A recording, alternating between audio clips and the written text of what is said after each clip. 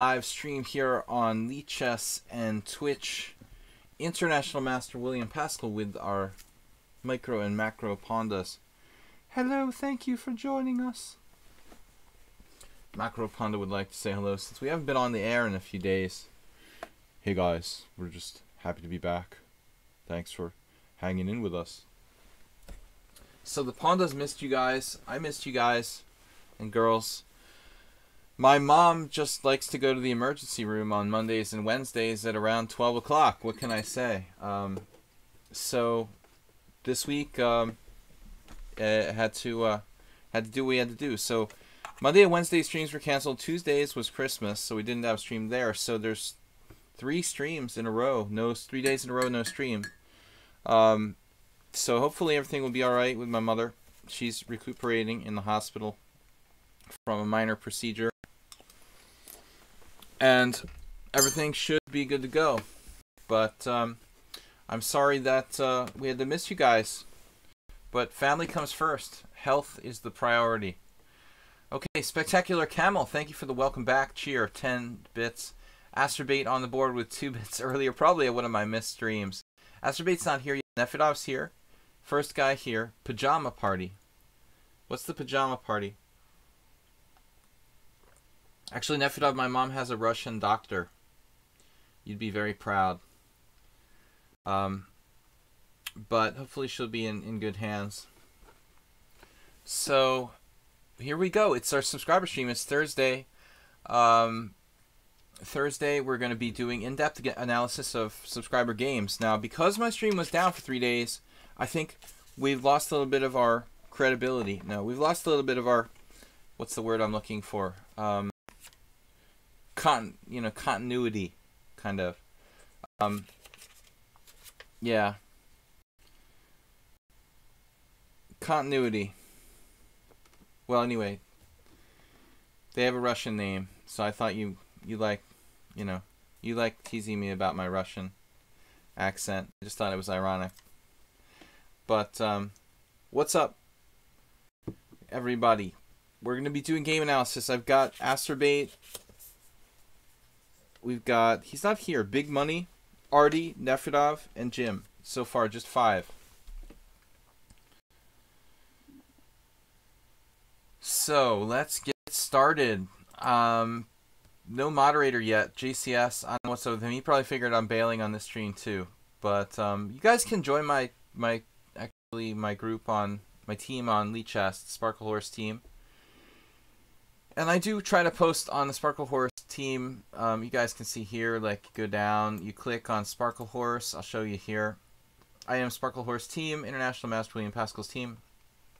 I do have a forum where I can update the schedule and stuff. Here I put all systems go for Thursday subscriber stream. So if you're not a member of my lichess team, please feel free to join over there, just so you can get an update. I tease you about your English accent. Count that up. I didn't make that up, though. I didn't make that up. That was made up by, what, Infinite Flash Chess or something? Claimed responsibility? I mean, Americans, like, anybody from outside our country, from Eastern Europe, is, like, lumped into the same thing. Count Dracula is the same. You know, Romania is the same as Russia in the minds of a lot of Westerners.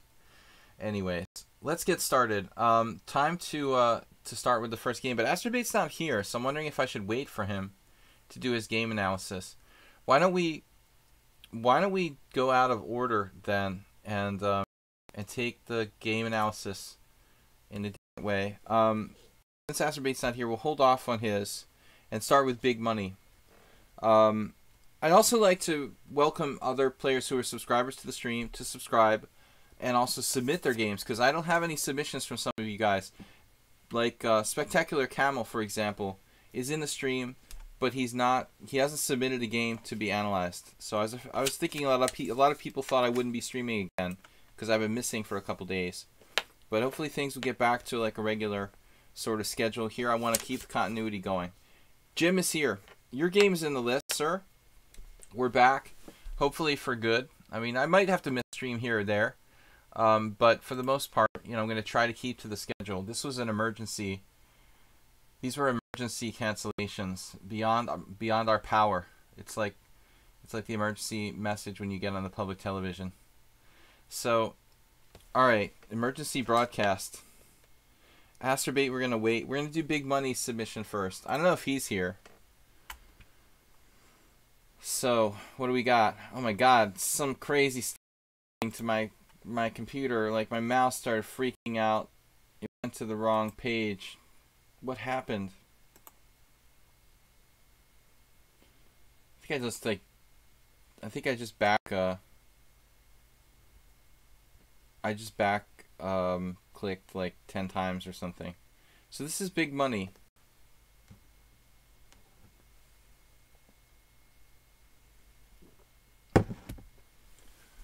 Big Money is a subscriber, guys, and I don't know if he's in the house.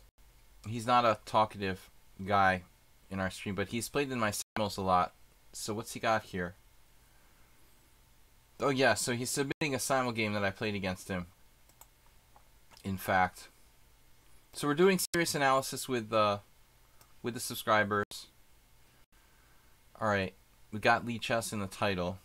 Whenever I don't stream for a couple days, I start forgetting to do basic things like include the lichess.org in the title of the stream. But it's good to be back, guys. I missed doing this. So, this is a simul game. We're going to look at it from Big Money's perspective. He was playing against me last week. No, this is actually from 4 months ago. My bad. I was wondering why it didn't look familiar. So, I'm playing white here. Big Money is black. He's like knight f3, knight c6, bishop b5, and a6. Obviously, some small money. Jim, thank you for the small money. 100 bits donated by Jim, the leader for the week. We've got a shortened week. Tomorrow I will be streaming 12 noon, Fast Friday. Actually 12:30. We're going to do 12:30 tomorrow. I will post that in the stream title coming up after this. But so Friday is tomorrow, and then we'll do the Sunday simul. So we have basically Thursday, Friday, Sunday. That's our entire week, just 3 days. So I don't know if we're going to get any donations up to like over 1,000 bits this week in the short week. But I appreciate your donation, Jim. Thank you very much for being a loyal supporter of my stream. We had emergencies this week, so I had to cancel a couple streams. All right, so knight f6. We've got a mainline Lopez here. Castles, bishop b7, rook e1, and now b5. b5 is standard. I mean, this is universally played. Why is my opening book turned off? Somehow, why is my opening book turned off? I don't know. It's doing weird stuff. All right, there it is. Yeah, I mean, b5 is universally played. The Rubinstein, I think this is called the Rubinstein system, d6. This is something that I thought about maybe playing myself with black, just to kind of stay out of the main lines. But it's not like I'm the first person to think of this. I mean, d6 has some kind of drawbacks. So b5, bishop b3, castles, c3, and d5, the Marshall Gambit. Now, the reason I thought this was a game I played this past week was because there was a game in a Marshall Gambit this past week in my simul, or maybe it was in a Blitz stream, but anyway, the past week there was a Marshall, which I hadn't seen in a long time. So it's funny. I see this like very rarely. So I played, let's see, ED, knight takes d5, knight takes c5, knight takes c5, rook takes e5, knight f6. And, okay, so this is actually, I think, a famous Marshall game, ironically. And I couldn't remember the theory here in this position. I had a game, gosh, actually I didn't have a game. I remember there was a guy from Peru who moved to Boston, Fide Master Jorge Barrocal, who used to play this in Blitz. He actually played against me in Blitz maybe 20-some years ago, and like 20 years ago, and literally. And at that time in the Blitz game against Barrocal, I think I knew what I was doing. I remembered better because I've been studying these lines a little bit more. But when you don't look at the line for a long time, an offbeat side variation like knight f6, this is something white has to be aware of what he's doing. So I didn't remember what I was supposed to do. I played queen f3 here, which is probably not a great idea. I mean, basically, white's whole queen side is undeveloped. And I launched out with this queen move attacking the rook on a8. And in fact, the queen can becomes a target here. It becomes a target. So queen f3. And now he's got a plethora of moves. I mean, just simply, honestly, for starters, I would think like rook b8. Maybe that was my idea, though. Maybe to hope he did like rook b8, bishop b7, and I could put the queen on h3. Basically shift the queen from f3 to h3. Nothing would bother it over there. But he has the bishops attacking. It's not that simple. So the computer actually said he played the best move here, bishop g4. Attack and defense simultaneously. The bishop itself isn't well placed, but he's gaining time. Infinite Flash Chess is here with some popcorn. Welcome. Okay, now I'm going to turn off my stockfish because I know that slows down the stream a lot. My stockfish thinking here that white's still okay after queen g3, some sort of exchange sacrifice. And that's not a bad idea. I mean, maybe white gives back material to break black's counterattack. HTFPO. HTTP. But giving back material when you have an initiative, or when the opponent has the initiative, excuse me, is a standard idea. So I have a pawn, he has the initiative, we can sack and exchange back. In other words, something like queen g3, bishop d6 is no sweat. Then we could play maybe d4. And just hope for the best. We can sack and exchange and get back in the game. For example. But oddly enough, this position has never arisen in an actual master game. Queen g3, according to the engine, the best move. And now bishop d6, and I decided to play f4 over the board here. It's funny because looking at the position from black's perspective, I thought for some reason this move makes more sense now because it liberates my bishop from c1, and my problem is that my pieces are just shut out, and so d4 defends the rook, but also at the same time, and don't forget that d1 is protected. That's very key. So there's no back rank mate with queen d1. Yeah, so this was a weird move for me to play f4. I mean, I guess I wanted to toward the center, kind of reserve the right to use my d-pawn. But I guess in a vacuum, it's safer to play d4. So I played this. Very risky move. And now c5, which is just a useful move for black, I guess, to control the center. He played really well. Astrobate had to get the mesquite bush out of the yard. That sounds like food, man. Mesquite grilled, I don't know what. Mesquite, what do you mesquite grill anyway? Alright, mesquite grilled something. c5, and now I played h3, another not so constructive move. And here he played bishop d7. And then, Has Thorns was awful. Has Thorns will travel. No, that's not a mesquite. That's a tumbleweed, right? Do tumbleweeds have thorns? I never saw an actual tumbleweed. So what's the idea after rook g5? You know what? Like around this point, I was so freaked out about my position, I don't think I even considered rook g5.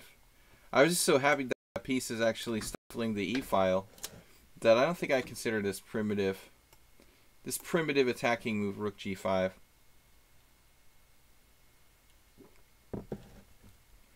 There are a lot of nasty, nasty things. Nasty, nasty things. Like starting with c4 probably. Giving him some extra checking potential. This is going to be... I mean, the move order is tricky too, but I think it's going to be something like this. Very, very problematic. I don't like the look of this. So, is it Thursday today? Yes, Nils, it's Thursday today. I'm sorry, yeah, I missed so many streams. I missed 2 streams. I'm drinking beer. Cheers, guys. This is beer. You guys can see the beer. I always drink beer in my evening streams, as long as I'm like drinking and driving. So, but not too much beer, just 1 beer. Just one beer on stream usually. The tumbleweeds are beginning to get everywhere. So anyway, alright. Bishop d7. Nils, I usually do between 10 and 12 games on the Thursdays, and we only have 5 submitted games so far. So we have room for like 5 or 6 more from the subscribers. Asterbait, yeah. Las Vegas. Probably get a lot of tumbleweeds going by the house there. So c4 was not played. This was not played. I thought rook g5. I just didn't have the time to pull this off. So I'm actually hoping he takes my rook. But h3 is a dumb move. I mean, I really should be just developing. I don't know. h3.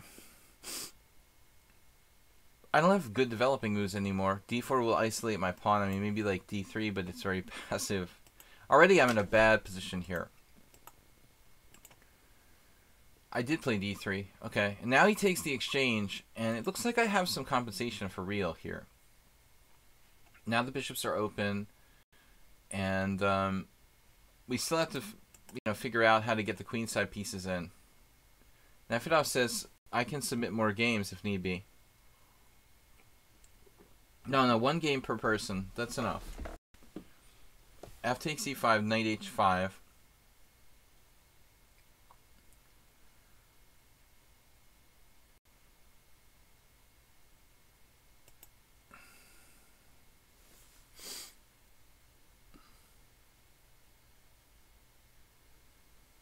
I was actually happy that he, took the exchange and traded off some pieces and let me maybe into an endgame where I could do something.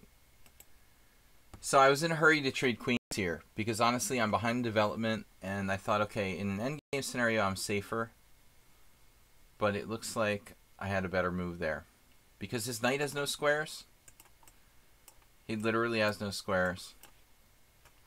I guess I'm threatening g4. If I play this, I'm threatening g4, which is quite awkward for black to meet. He obviously can't move his f-pawn. g4 is not going away. That looks really nasty, actually. So I guess knight h5 was just not a great square, but I think taking on e5 might have been a mistake. What else can he do here? Embarrassing but fun game. Alright, that's cool. So Nils is in the list. When is it my turn? Is it my turn yet? What's up, guys? Thanks for hanging out with us, Nils. Well, I just did something crazy. Is this my mouse starting to do crazy stuff? I'm afraid. So, queen g5, I just trade queens, and I thought, alright, now he should be trying to actively trade off my bishop pair. He also has this great square for his knight now, which is going to bounce back into the game. Plays h6. That's kind of a reactionary move. If I'm black here, what do I do? Black should be thinking about developing their pieces as well. I mean, maybe g4 is a threat because that will take away the f5 square. Actually, g4 is still a threat. g4, knight g3, king f2, trapping the knight in many lines. I'll unsub if you keep doing the when is it my turn impression. Alright, so yeah, Dark submitted this idea of knight g3. This makes some sense. Let's just get it, to a stable position. Make sure that it doesn't get trapped. Alright, so h6 is not such a bad move. Might be a good move. But it's that tempo, right? I mean, the tempo is gone. You're going to lose a pawn here. And then I still have the active threat of g4. So, I don't know what he's supposed to do now. Sack a pawn with like c4? What the heck are we supposed to do here? I'm gonna cheat and look what the engine suggests because I don't have a solution to this puzzle. Okay, rook e8. Rook e8, and if g4, we've got rook takes e5. That's good. So if rook e8, he gets some counterplay. That was indeed his move. So bishop e3, rook e8, very good move. d4, c takes d4, c takes d4, and I have these kind of strong pawns. Knight g3 is natural. Knight c3, rook on a to d8. This looks a little bit general.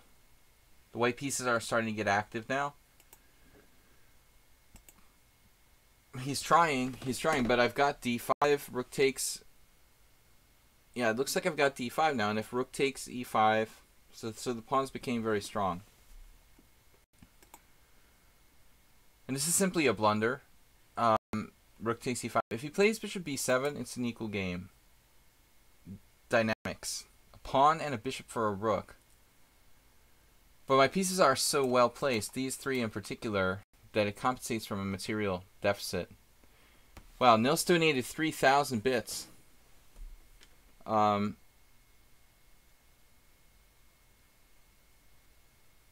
Infinite Flash says it's my turn. Infinite Flash, I didn't see any submissions for you. What do we got here? Oh, Infinite Flash was next. Alright, so Infinite Flash is after Nils. No idea why I played rook takes e5, so big money's here. Right. Right, but I mean here probably we have to criticize the move bishop c6, if you really want to be honest. If you really want to be honest, bishop c6 is just based on not seeing rook takes e5, bishop f4, and that kind of thing. So he basically handed me a tempo. I guess technically you could play like bishop c8 in this position, and that might be the best. If you have to move the bishop at all. If you must drink and drive, drink Pepsi. No, I don't know. Bishop c8 looks like a reasonable move. Retreat. Always retreat. Don't forget. But bishop c6, the forward move, give white an advantage of that advancing pawn. No, seriously, Nils, thank you so much for the donation, man. 3,000 bits. Nils is in the mood for a bit war today. Do we have any takers? Jim is like, let me call Clash Kid. Jim is like, let me check my bank account. That is awesome. We had such a tough week, man. Thank you for the massive donation, 3,000 bits, and another 50 just to round it off. All right, guys, let's get to work and try to make up for the 2 streams that I missed. My mom was at the emergency room. She has like a kidney infection. Shouldn't be too serious, but she has to go in the hospital for a couple days. So I've been busy taking her to and from first she went to the emergency room, then she came home, then I had to take her back to the emergency room. So that's what I've been doing instead of streaming for like the last 3 days. Okay, bishop c6, d5, rook takes e5. This is just a total blunder, and he allowed bishop f4. So he's basically losing a piece, and after knight e2, it's just chop, chop, and it's 2 bishops against a rook, and it's not the big problem. I mean, the problem is this pawn on c6. So, badly played opening by me, and that's kind of standard. I really don't know as much theory as a lot of title players. Rook takes b2, c7, rook c8, and bishop d5. Yeah. So, I was a fool to get, into that position. Queen f3. For some reason, I thought there was some variation where queen f3 was played. I mean, this didn't come out of the thin air. I mean, I must have seen this in a similar position, but it's just not good here. All right, guys, let's go on to the next game. And again, thanks to Nils for the massive donation. Hopefully, he'll start a bit war here.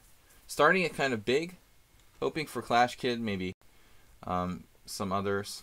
Jim will... Acerbate could get involved. There's a lot of people. Infinite Flash, you were parodying what you're saying about the chat. Oh. I know. I was teasing Nils lately, and he's getting angry now. No, he's not angry. He's a great supporter of the stream. Alright, guys, don't forget tomorrow we're back with another stream. Fast Friday, 12:30 tomorrow, Eastern Time.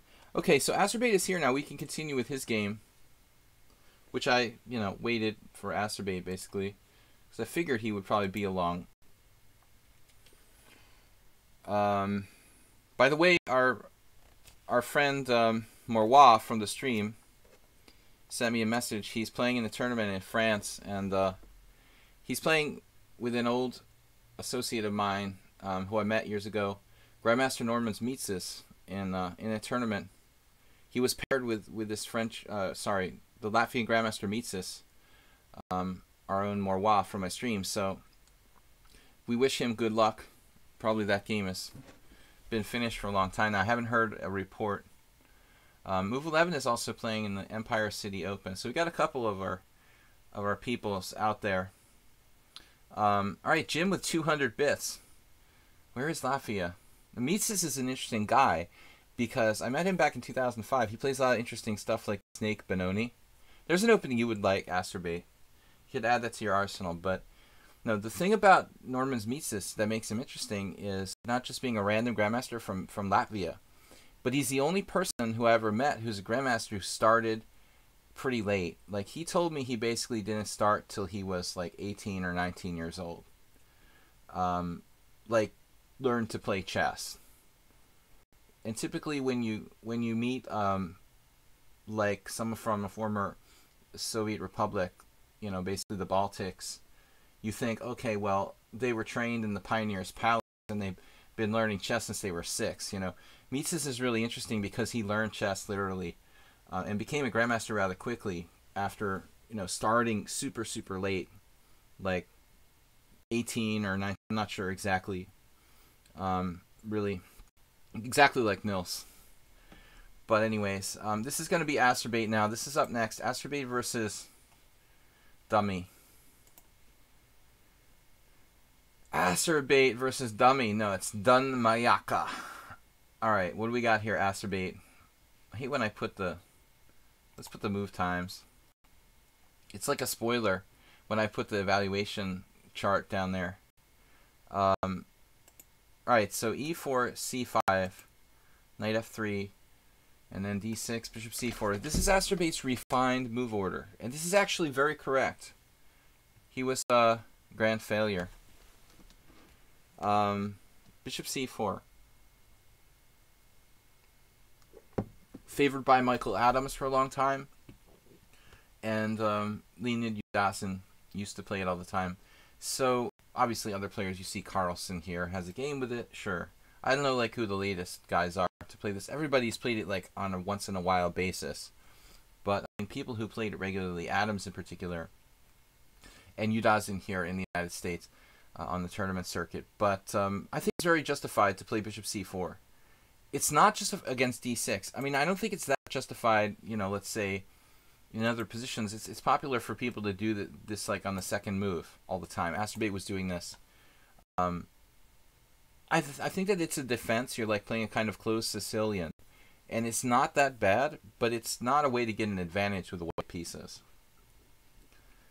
See here, even played by Fedoseev, so people realize this is not as bad as you think. But to do it after d6 is much more justified. So,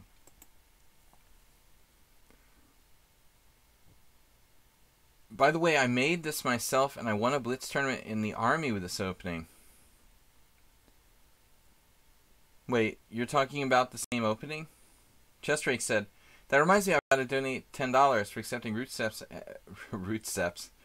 and Kazamaza. I totally forgot, man. So the guy playing with Marwa is Mitzis from Latvia. Normans Mises. They were playing in the morning in a tournament in France. It's cool for the kid to get to play, the young Morwa to get to play with the Grandmaster. The first time he'll maybe get to play with the Grandmaster. I don't know, in a serious game.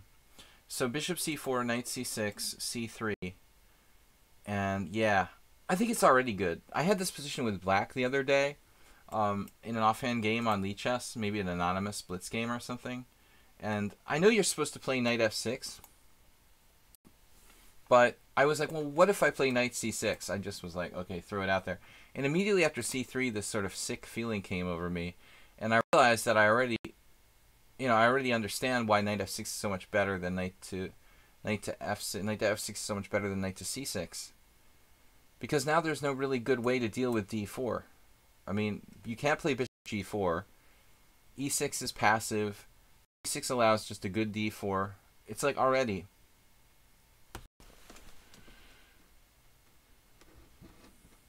a4, rook a3. Oh, that's my favorite when I was starting out, man.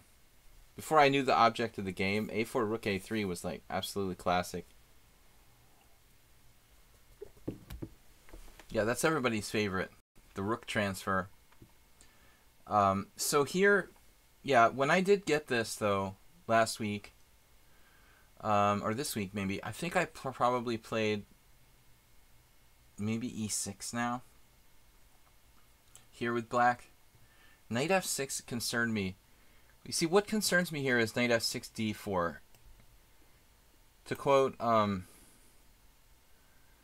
quote an author I'm reading now, Andrew Soltis, he said, he was commentating on a game by Suba. But I mean, I don't know if you can sack this pawn. This looks like something King Crusher would play. C takes d4, c takes d4, knight takes e4, d5. Damn, and like check out Cicak's results here. He's got a win against Andrei Zhigalko, but he lost to Jens Christiansen, and the other guys lost too. I don't know if this gambit is really sound. Chess Drake, thank you for the donation.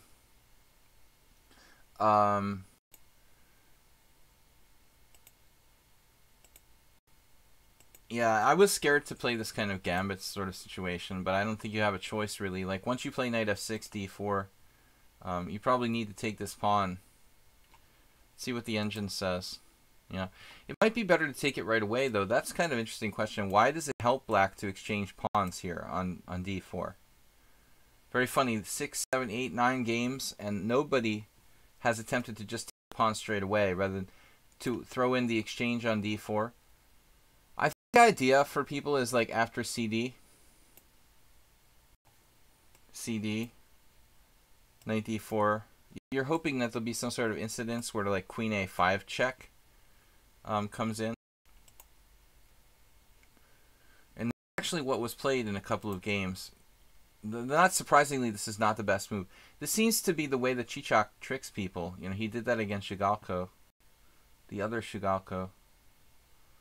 How many Zhigalkos are there? Are there 2? Alright, so bishop d2.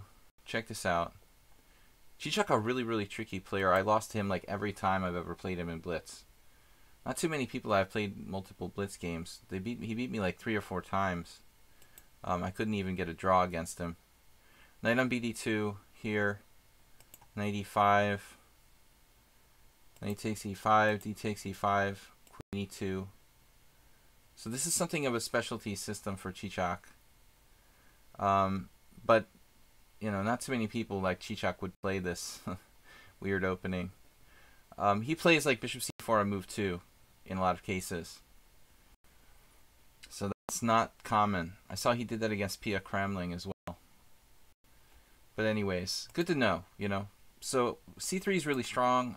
Black to play here, a6. Now you can't afford to make all these moves, so let's just go through it. a4. Acerbate reacting to the other player is not necessary here. Just trust yourself, play d4. It's really good.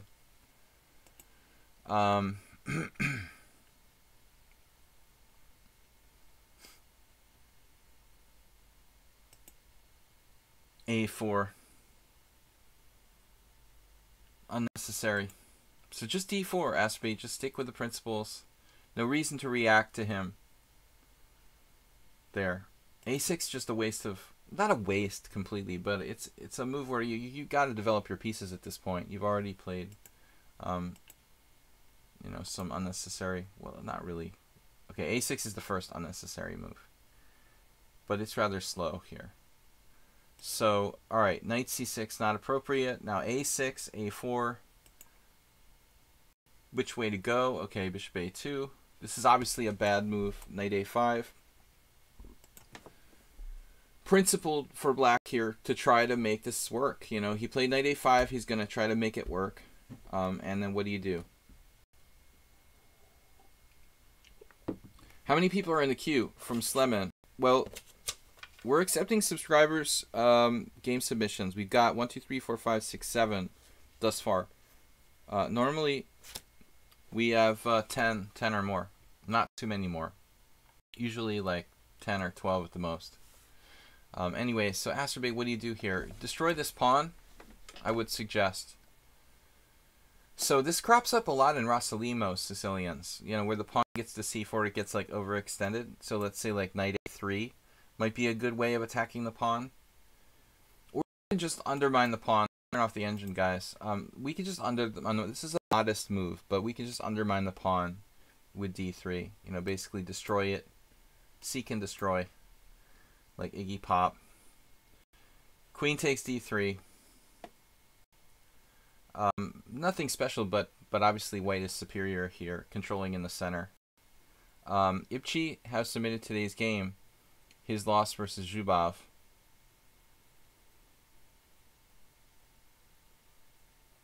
Okay. Yeah. Yeah, Asterbate has improved a lot and he's getting creative, but he played b4 here, which I think is questionable. He's kind of justifying that knight on a5 in a way, you know. Now he's like forced to trade his Gioco Piano, if you want to call it, his Italian bishop for that knight. That's out on the rim. I'm not sure if this is really the right way to do this. I mean, it would take me split seconds to capture the bishop on b3 here. It's just a question of how fast I can reach out and grab it. And black just like let it sit there. I mean, okay, I'll give him credit for being aggressive. You got to give him credit for being aggressive and not making the automatic move. But, man, wow, knight f6. That is interesting. So he's basically saying, look, man, if you defend, you know, if you keep your bishop, you're going to have to play bishop c2 and not play bishop a2, keeping it on the better diagonal. And e5 just doesn't work, right?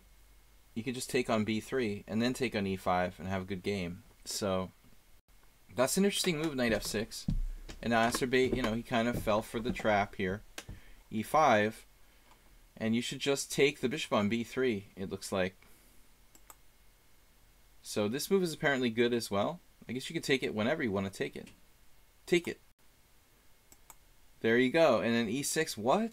He doesn't like this bishop, man. Come on. He's not taking the bishop, giving Asterbate the chance to keep it on the board. Asterbate playing for development, but I still think this bishop is probably worth keeping here. The knight's on a bad square. Your bishop's a good long-range piece. At this stage, you know, maybe you would even consider playing bishop c2 and starting to look at this diagonal c2 h7 seriously, rather than put it back on a2. Because at this point, I don't know if you have any tactics on this diagonal. I don't know if you have any tactics with knight f7. Italian bishop, like Italian game. Yeah. It's not the Italian game, but it's the same principle. So Asterbate plays that as well. Black refuses to take the bishop, and Asterbate refuses to keep it. I mean, come on now. He has no choice here, though. His knight is attacked. All right.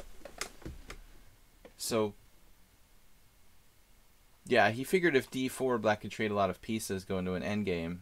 What about f4? Kind of looks like my last game. That drops a piece. Queen b6 check. So, yeah, it's pretty awkward. I mean, he probably didn't like this too much, like bishop takes e5. But the reality of the situation is that maybe this kind of endgame like this,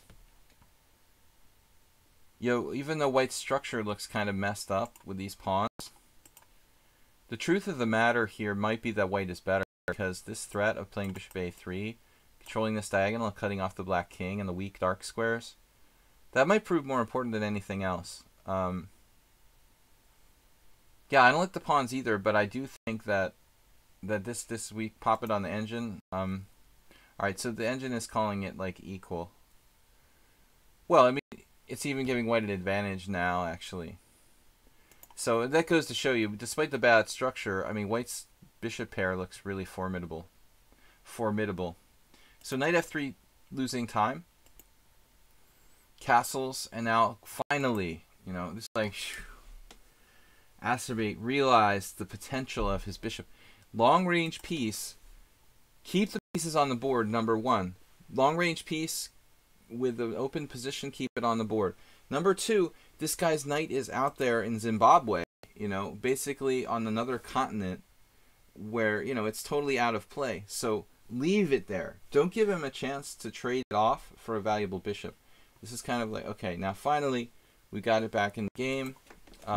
Black's playing well, though. This guy is pretty good. Except for knight a5. So d4. Controversial, but what do you want to do here? You've got to, like, find a way to get your pieces out for white. So yeah, dark talking about queen d3. This is a great idea in this hanging pawn structure.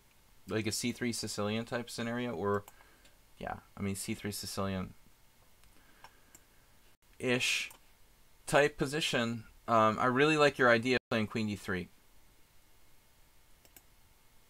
Black trying to trade pieces. I think that's thematic in the sense that when you face the bishop pair, you should try to trade it off. And, I mean, I would consider playing bishop a3, but I guess this just forces black to make a useful move, like rook d8 or rook e8. So, not necessarily going to be a big future for the bishop there, actually. Now that everything is evacuated. So, I don't know what to say here. Interesting game. Alright, it's pretty close. He goes back to e5. This seems kind of random. But he's sacking a pawn with bishop takes e5. The difference between this and the other position when he retreated knight f3 is that this doesn't involve trading queens. Asterbate didn't want to trade queens. Asterbate, I submitted a game, which he should have won. Alright, so Drake is in. Chess Drake. Thank you for the donation. Thanks, Nils, for donating 3,000 bits. To Jim for 300. Spectacular Camel with 10. Guys, I would have been here this week, but I had some health issues with my mom, so hopefully we're going to get back to a normal schedule. Knight e5, and black doesn't take the pawn. I mean, this is a principled reaction to take the pawn, take the pawn, take the pawn. And white has compensation with the two really powerful bishops. But structurally, white is kind of shot here. So, alright, let's get back to the game. Black just plays knight d5. Now Asterbate is like red flags. There's like buzzers going off all over the place. It's like there's sound effects, you know. Well, yes. Yeah, the h7 pawn is looking really ripe for tactics. I'm gonna just imagine that there's all sorts of stuff here. Queen h5, he couldn't resist the most brute force type of thing here. Double piece sacrifice. The problem is the queen laterally defending. It's very hard to learn to do this, but you have to kind of think like, you know, your opponent.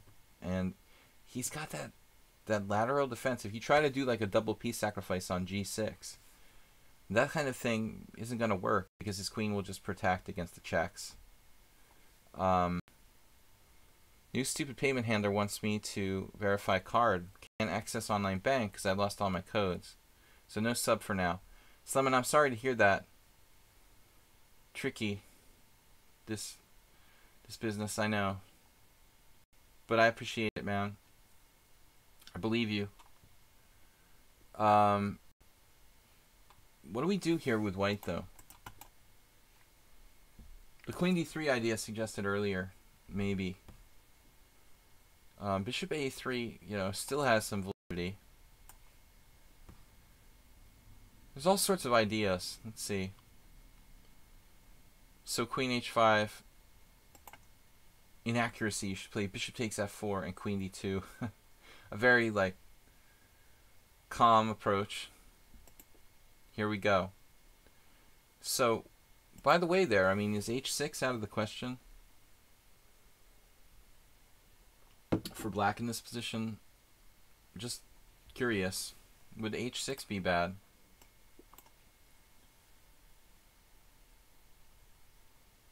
I mean, it's an alternative. So he plays e6. You can't do double piece sacrifices. You want to stay as active as possible here. I mean, queen h4 has the virtue of being analyzed there, but I mean, it does control the dark squares.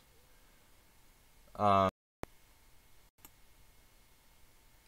queen h3. This is like a classic, by the way, hanging pawn, c3 Sicilian type thing. And Mihai Shuba was like, oh yes, and I protected my pawn on c3 with the queen on h3. There was a famous game where he crushed like Ivan Farago Ivan. Many times had draws with me. So Asterbate clearly thinking, alright, we'll see you later. Thanks for watching. Clearly thinking defensively here. Asterbate is known for his defensive thinking. Alright, bishop takes c1, rook takes c1, and then black just spaced. You know, he didn't recognize Asterbate's elusive defense. His just specialty defensive thinking. He snuck a piece. Yep. Didn't know that was a defensive move, did you? Queen h3. Asterbate didn't either. No, I'm just kidding. Asterbate, you did notice that was defending, right? I mean, otherwise, like, it would be more normal to choose queen h4, in fact. You gotta ask yourself, Ancient Aliens reference again, why would Asterbate choose the more passive square rather than queen h4?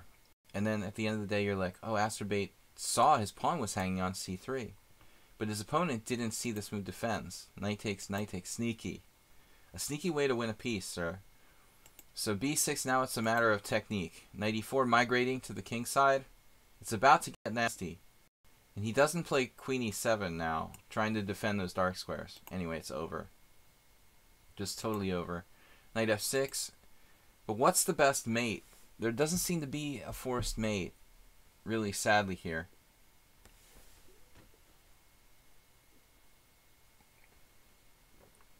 Yeah. Asterbate recently had his first win against me as well. 2 weeks ago. This is a nice move, keeping the knight protected and threatening to mate. He defends, and now Asterbate lost his mind. No, this is good enough. The computer just gives it a question mark because it's not the technically most accurate move, but I think it's good. Yeah, I think it would be maybe simpler, like in structural terms, to take here on h8 first, Asterbate. You know, not to let your pawn structure get busted. But I guess that's really a very little, you know, significance when you're up a rook, basically. Do you think that that defense to the queen was accidental now? No. He's learning to do lateral defense.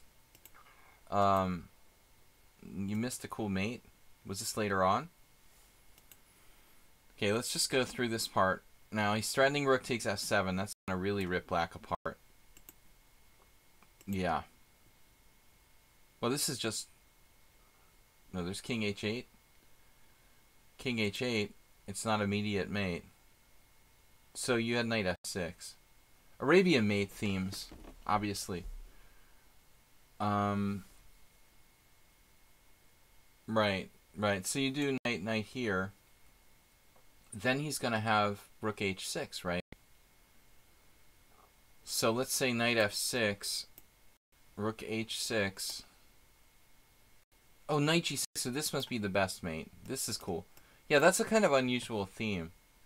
You have to give knight g6 check to give it away and then do the Arabian mate. This is called Arabian mate, when you've got the rook in the h7 square with the knight defending it. The Art of the Checkmate by Kahn and Renault was a really good classic Dover chess book. Alright, so rook h7, that would be the mate. Instead, Asterbate played knight g6 check, but this kind of messes it up. Basically, he's just winning material or something. No, this was not the best. Yeah, now he's got it. Missing another mate there in 2. Knight g6. He misses this one. This one was really obvious, so you should have seen that one. Definitely. So it's over. Knight takes e5, knight takes e5, and now checkmate is now unavoidable after rook h7. Lots of rooks. Alright, Asterbate. Interesting. Yeah, experimenting in the opening there with bishop c4. I think it's pretty good, though, against d6 in particular. I got another submission. Wait, Drake. Alright, so now we've got enough games. I've got our first, actually. Thursday subscriber stream analysis. Caro Khan, Bronstein Larson, that's cool. This is a variation that I've wanted to play all my life, and I've told the story about how I lost to Joel Benjamin in the first tournament where I won a really good cash prize. I was leading like the tournament 3-0 when I had to play Joel, and I played in the 5-rounder, and I played the stupid G takes F Khan against the Grandmaster. I mean, this is such a stupid, arrogant kind of thing to do, but I just was playing it. So, all right, Artie Fufkin with the pawn takes pawn, knight takes pawn, and knight f6. There is a French IM on lichess who plays this all the time. I can't remember who it is. He's been here on lichess for years, though, way before me. One of these guys, I just can't remember his name. Strong blitz player. Does anybody know who I'm talking about? French IM who plays the GF Caro Khan has been on lichess. Elda or something like that. I think he was like Elda. He hasn't been around. I haven't noticed him around lately too much. The so-called Bronstein-Larsen variation. But it's really difficult for black to play against a really strong player. So, you know, Benjamin, all those years ago, it was 1990 when Joel played c3 against me. And that's like a professional move. This is no secret. This has been known. This has been known for a long time now. So that's probably the best move for white. Oh, Elda is a GM now? Okay. Well, he wasn't always a GM. He wasn't hatched out of a GM egg. He actually was an IM, I think, until last year or something. I think it's the guy. I think that's the guy who plays this all the time. Yeah. He was an IM for a long time. Like me. No. Probably not as long. Bishop e3. Interesting move. This is very rare. Very rare. I mean, it makes sense if you want to like try to castle queenside. Twitch Prime works. Slemon subscribed with Twitch Prime. Awesome. Thank you for doing that. So, now you can submit a game if we have time. Acerbate 2 for charity. So bishop e3, okay. I mean, I don't really like this move, but I guess the plan is to play like queen e2 and castle queenside. Black plays bishop f5. Okay, Artie's black. But I'm just curious what white's best approach is here. So the guy plays bishop d3. I mean, I just don't think trading these white squared bishops is really what... It is a good blitz opening for black, Infinite Flash. It's a really bad tournament opening. My experience with it is that the faster the time control, the better. And the slower the time control, the worse it is for black. I've lost, like, almost every single game I played this opening. Of course, they were all mostly master players I faced. All of them, I guess. When you get beat down enough, you just stop playing it. But I guess I just never really learned it well enough. The worse the opening, the better you have to learn it. That's my new theory. But bishop d3 doesn't make sense. I think this would be interesting. So Zhu Chen here as a game. Nobody else really known. You know, if you insist on castling queenside, I guess this makes sense. Haberbaum is in with submission. So that's going to be enough games given our time constraints. I don't mind this. You know, I try to do this against like the queen d8 Scandinavian. Trying to play like bishop g5, bishop f4, queen d2. So the fun stops at master, huh?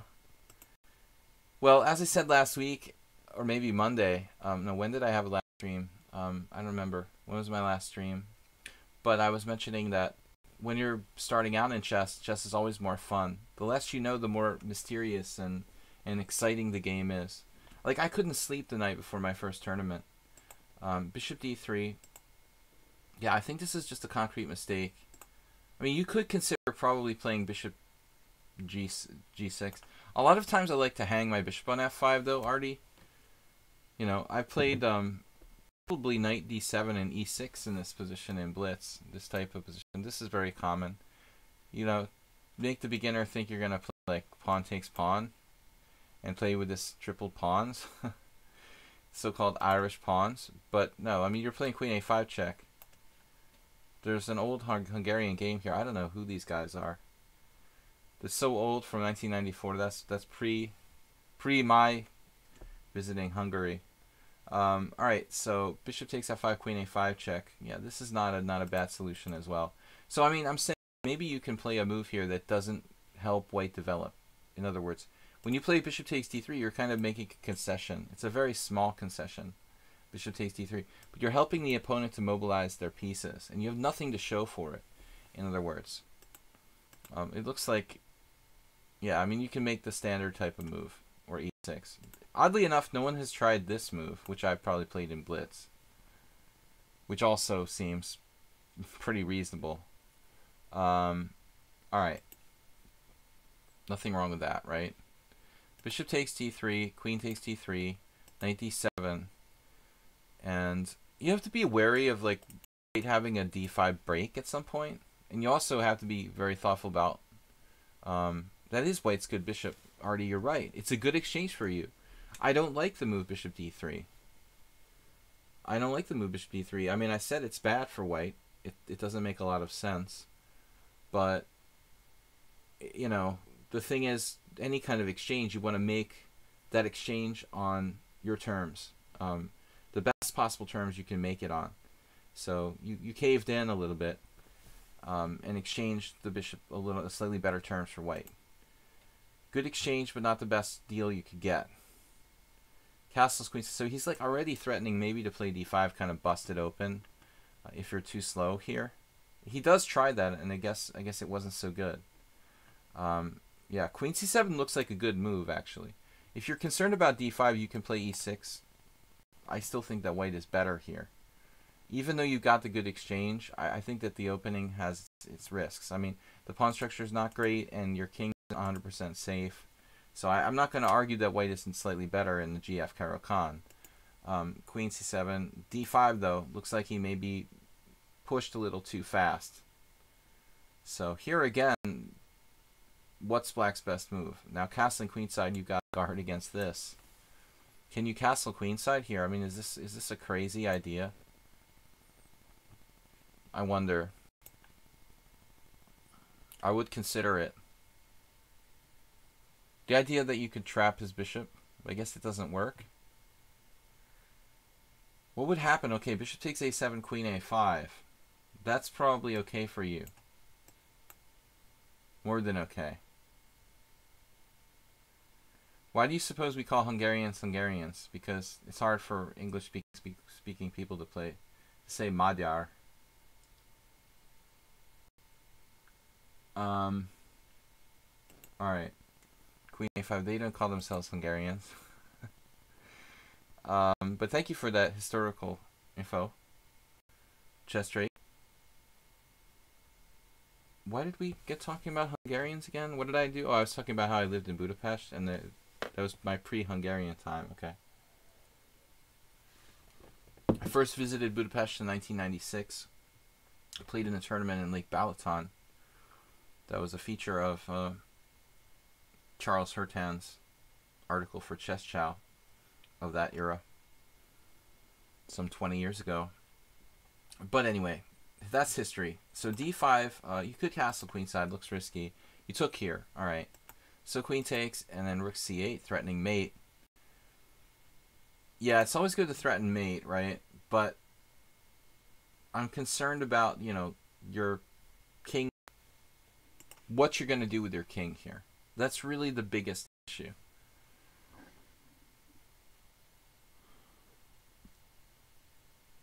I'm kind of sorry to see the possibility of castling queenside go out the window, although maybe it's already been out the window. I think I like sort of e6 better. It's more flexible than rook c8. With rook c8, it's like rook c8, you're never castling queenside.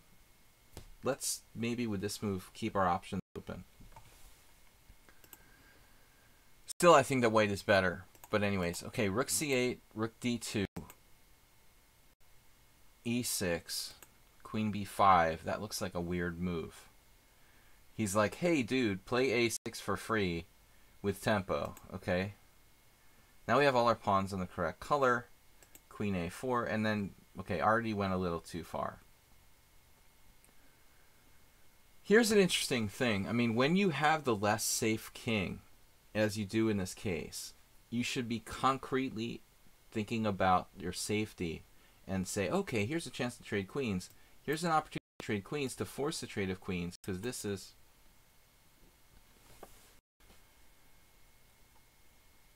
I mean, maybe it doesn't literally force the trade of queens. You can go over here, you know, and then you can attack the queen again, drive him around, give him a ride to the mall. No, but seriously, you have some crazy tactics, maybe. I mean, you might even have... Nah, you're close to something here. No, I'm thinking that black is better now. I mean, maybe like bishop b4. Got vicious attacking chances. I mean, I don't know what's up with this. Nefedov would get away, and I'd resign. Like, this would be a typical game with me and Nefedov. Like, he just walks away. I think I'm winning, and I'll lose. No, but I don't know. Lots of really good chances for black here. Quite messed around, but b5 is a bad move. And I mean, you have a chance to trade queens with a less safe king position. I think, man, you're in really good shape here. Okay, it's a draw, probably. Like, objectively, this is a draw. But there are certain factors that could work in your favor. Like, your king is actually close to the center. You have open files to operate with your rooks. You have a good central pawn mass. Bishop is kind of bad because of that pawn on f2. Maybe it's not a big factor, but it also can't attack your pawns. They're all on white squares. So I think that black is at least equal here, probably slightly better. I would go for it in a heartbeat, but already made a blunder. He played b5. The guy grabbed the pawn, and no, he didn't. All right, he didn't grab the pawn. So why not grab the pawn? Second pawn is hanging. Black's king is still not 100% safe. I mean, maybe you did this as an intentional sacrifice. You could play something like b4. Just kind of freeze the queen side. But, you know, you're still at the end of the day a pawn down here. So I don't think that we can say that black has necessarily enough compensation. I mean, maybe he can find a way to lose this. I'm sure he can, in fact, but not so easy to do. So, okay. It was an intentional pawn sacrifice, perhaps, but I don't think it was a sound one. Queen b3, now knight e5. I'm still concerned about these pieces being left at home here. Yeah, 200 rating point disadvantage. True acerbate.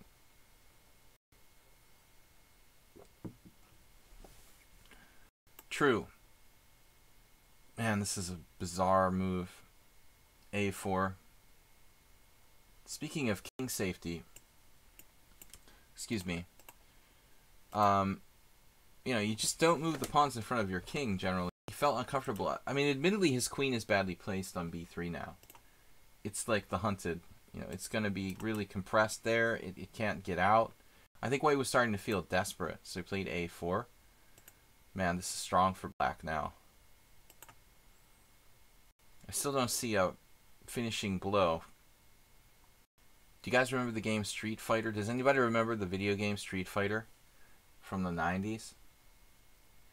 You had these like guys that would do martial arts, and it was like, what was that on Nintendo? It must have been Nintendo, like the original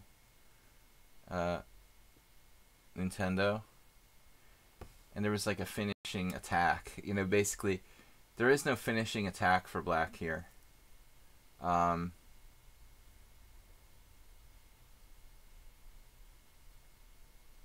No finishing attack here.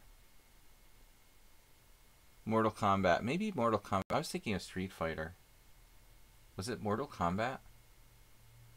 Maybe I'm getting them confused. Okay, which one was on Nintendo?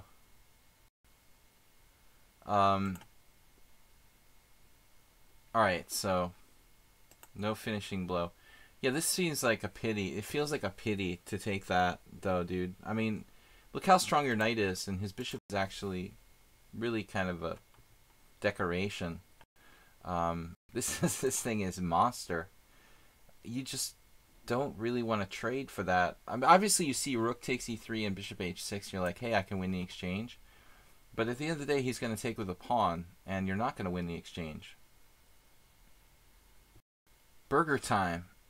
My god, chess drake. Chess drake. Nice, I remember that too. That was a freaky game. Alright, knight takes e3. F takes e3, of course. And now black's advantage is there, but it's not as big as it could have been. So again, we're hanging a pawn here on b5, but rook takes g2 is too much. Or is it? Can he take on b5? Or even rook c3 is looking kind of annoying now.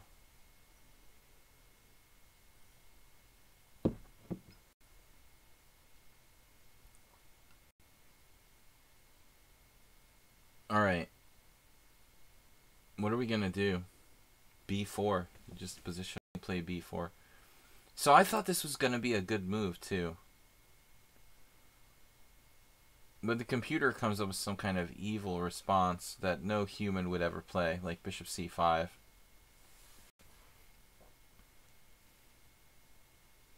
It's just not in our instinct to pin ourselves, you know, normally. Okay, I'm exaggerating by no human would ever play it, but alright, we gotta move on. Anyways, bishop c5 was apparently stronger. He does this. Yeah, so it's like, I feel like, you know, Artie's good with the intuition, but he's not calculating enough. He's basically playing 100% intuition and not using enough calculation. Which, you have to be a really, really, really strong player to be able to do that. I mean, basically that's like how Petrosian played. Almost no calculation, 100% intuition, and it worked. But you have to play specific kind of positions for that. I think Artie's just not calculating enough. Now it's like, alright, now here we are. We're in a bad situation. Endgame would be interesting. If we would trade queens here, at first thought you're like, oh, it's over because white has two connected passed pawns. But black has a big mass of pawns as well. Speaking of Bronstein, I mean, I'd like to see Bronstein do this endgame with the queen trade and see what would happen against another strong player.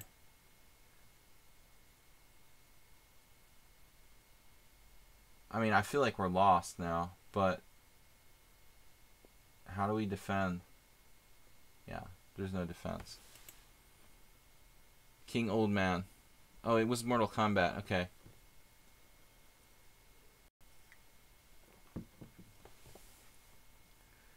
Made in 1. Ouch. Alright. So, Artie, interesting opening. It's fun to play that, but you've got to really know your stuff. But I think you had him on the ropes, and you let him out. I got a notification. We got Haberbomb. Alright. So, guys, how much time do we have here? 5:30. So, we've got an hour and a half. Just under an hour and a half. I've got Nefedov up next. I'm always a little bit longer on the first games. It takes me a while to find my pace here. Did I ever meet Andre Lilienthal? Yeah, this again. Sadly, no. I actually had the idea of like interviewing him for an article, and just kind of was too busy to ever put it together. He was alive forever. Somewhere I keep saying I'll show you guys the picture of Fischer and Lilienthal from some New Year's Eve party they were at, but no, sadly I didn't. I mean, Lilienthal was ancient. He was in his 90s, and he like wasn't, you know, active. So you don't see him at like the tournament, or you don't see him at the Hungarian Chess Federation. But I think you could go and visit him, and I'm sorry that I never did. You know, he was like a living legend, sadly. Passed away not that many years ago. So, have I ever played against Krzysztof Sielecki? No, I mean, I don't think that guy, you know, really like plays a lot outside of Germany. So absolutely no. He's not a player who, you know, he's really well known. I mean, he's known because of his YouTube channel, but he is not a player who's played extensively internationally. So the chances of us playing would have been very small. The Hungarians call you Nemzetközi Mester. Yes. Pascal William. That would be. Yeah, they like to reverse the names. Online, yeah, the dude did a video of me, like, when I beat him. I was probably playing, like, 15 poker tables at the time when I played this, like, 5-minute game against him on Internet Chess Club. and this was when I was almost not playing chess at all, like 10 years ago. Maybe not that many, but like 8 years ago. I don't remember. But anyways, I played Selecki like a blitz game where I played d3, bishop d2. I was just messing around. Like, I didn't take chess seriously for a while, and I would just do blitz as like a way of kind of like just escaping from reality. So I would just mess around with any kind of absurd openings. And I had this game where I played d3, bishop d2 were my first two moves against Selecki, and he was better. He was like much better, but then I swindled him or something. You know, he actually made a YouTube video on it. All right, so let's go on to the next game. We will see Nefedov. Oh, this is a Nefedov question. Are you planning to return to competitive chess anytime soon? All right, that's a personal note. We'll have a pint or two. I'm showing all my personal notes with Nefedov. He asked me, I was supposed to go to a tournament with Nefedov last month, and it didn't work out because my mom is sick and I have to take care of her, help to take care of her. And we were supposed to meet in a tournament in Preston, in England, last month, but unfortunately that did not happen. So Pablo asked me if we'll hang out someday. Alright guys, I want to hang out with all of you and have a beer. Not a bad game for 3+. This is Currency versus Nefedov. Nefedov not a big fan of fast time controls, really. So this is an unusual submission from Mr. Nefedov. He's playing black here. Likes to play the Slav and sometimes the Grunfeld. d4, d5, bishop f4, knight f6, knight d2. Okay. Just can't get enough of the London system. When will the London system fashion end? So I like what you did here, Nefedov. You played c5. It's just a good move. I mean, I really like turning any kind of quiet system by white against him by assuming the role of the aggressor. And in this case, we're playing c5. We're basically turning it around and making us white and white black. We're saying we're playing the Queen's Gambit with white here, or some sort of Slav with colors reversed. So white's reaction, you can see here there's a couple of games with d takes c5. Boguslavski versus Sabolchi, speaking of Hungary. A couple of old Hungarian, and actually Boguslavski's Russian, but he's been in Hungary forever. So he's like half and half, kind of like me. Half Hungarian, half Russian. I'm half American and half Hungarian. But d takes c5 looks like a slightly more active attempt of playing the position in a way. Though you are giving up your center. So this is just kind of passive for white, but very standard. I mean, I don't know. I mean, should you... Knight d2 strikes me as strange, though. You know, that's really quite an unusual order of moves. So c3, now knight c6. I mean, what else are you supposed to do here? I don't mind c takes d now that white has played his knight to d2. Because you put your knight to a good square, and his knight's on a bad square on d2. And I don't think he's really well equipped. I mean, maybe, yes, he can play like knight b3, but that's a very awkward square. It would leave control of e4 to black. So, I mean, I don't really like exchanging pawns, but if you did, it would probably be justified by the fact that white has played knight d2 so early. Knight to c6, again, I think that white should consider taking on c5. So we've, by a very roundabout move order, we've reached a kind of... It's getting late here. Oh, no. Nils, with your large donation, we can set something up, man. I feel like Jack Nicholson in The Shining. I don't know why that just popped in my mind, but there's that scene where he's like talking to the bartender and he doesn't have enough money, and he's like, "Hey, I don't remember the bartender's name. Yeah, I forgot my wallet. Can you hook me up?" We'll hook you up. We'll hook you up, Nils. All right, your credit is good here, Nils. You know, a little bit of Shining reference. Okay, e6, bishop d3. And this is all standard. And we'll get really standard after bishop d6. This is Rubinstein from 100 years ago with both colors. Nils just donated 500. Thank you. So, black played it. He did c4. Nefedov, what are you doing? Oh my god. c4. Rubinstein is like up in heaven, crying out loud when he saw you play c4 in this position. Like the classic, don't do that because you're going to make it easy for white to achieve e4 and get an advantage. Am I drunk? No, I'm not drunk. I'm a little bit tired though. I've been kind of stressed out. Sometimes when you're tired, it's like you get the same effect of being drunk. No, I just had, this is my first beer, so maybe I'm drunk from one beer. But c4, no other medication or alcohol of any kind. No other substances. Just I'm drunk on life. I'm high on life basically. Bishop c2, bishop d6. Nefedov should definitely not do. Oh, you meant Nils, not me. I thought you were talking about me. You're talking about Nils. He saw how much money he's donating. Like, he's his competition for donating more money. Alright, bishop d6, bishop g3. And this is kind of like the move that we saw with Artie. You know, this is a better way of changing, right? Maybe on our terms. I think that white can actually play f4 in some circumstances. And that's a way that they might do it here. I mean, this is something to be considered. Bishop takes d6, queen takes d6, and f4. That's actually another approach. Instead of playing e4, he can do this. I like this as well. Your dad wanted a beer, found out the fridge was empty, so he's about to murder me. Uh-oh.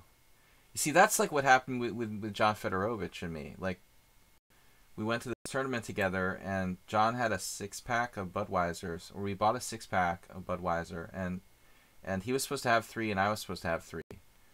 But his game was so long, and it was like there were just 6 beers, and I drank like 3 waiting for his stupid game to finish.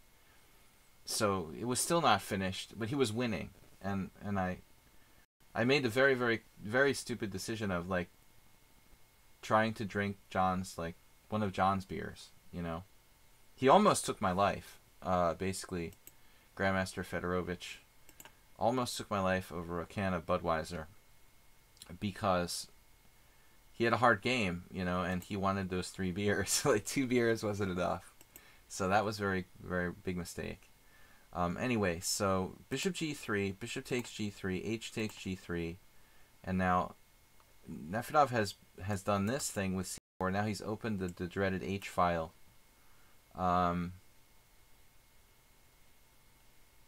Yeah, going against the grain. We're not going to call him Count Nefedov anymore. He gets offended by that.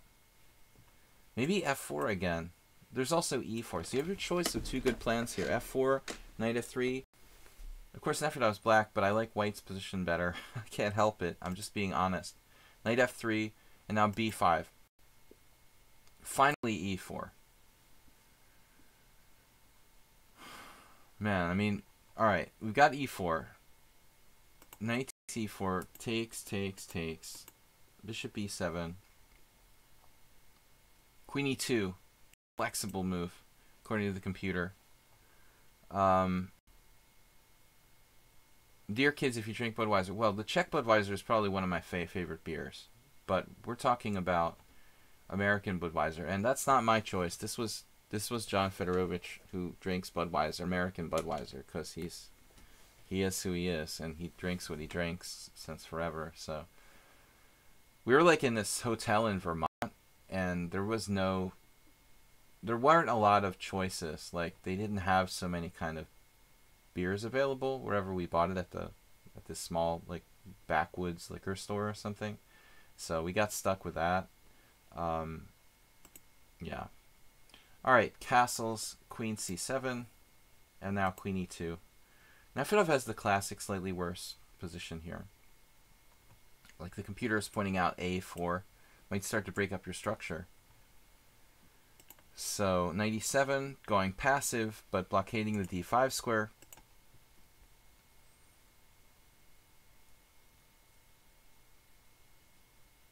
Yeah, I'm trying to understand the last move, bishop c2, for white. It's not like you can do queen e4 or something. I just don't even have a clue, like, why he decided to do this suddenly. Maybe he wants to play a queen exchange with queen e5. There's no battery for his queen. So he hesitates. And then the worst move I ever saw. Like, what? Wait. What? You're putting your rook where? Why would you put your rook on c1? This is absurd. Like, this would be a better square, but this is probably better than both. But I could see, like, d1 and e1, maybe. He just, like, wants to put his bishop there. White is a little too anal retentive. Bishop d5, yeah. It's like, I have 100 moves to do what I want to do, and I'm going to do it slow, alright? Bishop e1, knight c6, queen c2. Oh, he finally created the battery. Oh my god. After 100 moves preparing this, Nefedov has the shocking g6. Staying alive. So white is just, yeah, someone said old farts in here, but this is farting around. You know, again, wasting time. The dude took 100 moves, you know, to kind of prepare something. Knight h2. Alright. Just defend. Knight f3, back again. What? Nils, what's the best Dutch beer? Bishop takes f3, g takes f3, knight e7. This makes sense. I don't know why the computer gives... Okay, it wants to make a break or something. Nefedov probably, you know, generally speaking, you want to destroy the pawn center, but I could see, like, not wanting to open the position for the enemy bishop. But I mean, Heineken is like almost like the Budweiser of Dutch beers, you know? It's like so common that I think like Dutch people like, nobody likes that. It's not cool. Real Dutch people don't drink. It's like Foster's, you know? Foster's had this big commercial where everybody's, you know, Australian and all that, and like, you know, the Outback and everything. But like when you talk to actual Australians, they're all like, nobody drinks Foster's. It's shit, you know? Bishop takes f3. Okay. So we're trading our bishop now. What do we got? We're playing this. I don't know what Nefedov's doing. It's like he's kind of just defending without any sort of active plan.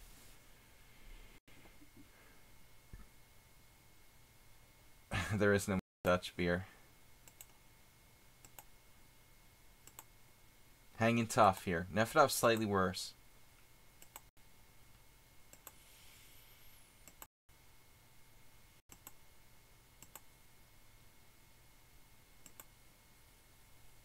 Yeah, it's failure to do something active for both sides, really. But I will admit that, like, playing b4, I'm not sure that you're really well set up for it at this point. I mean, that should be your idea in general. I mean, e5 was your one break, now b4 is your other break, but your rook's on the wrong square. If you were going to break with b4, then probably you should put your rook on b8 and try to support that advance or the creation of an open file on the b file. So,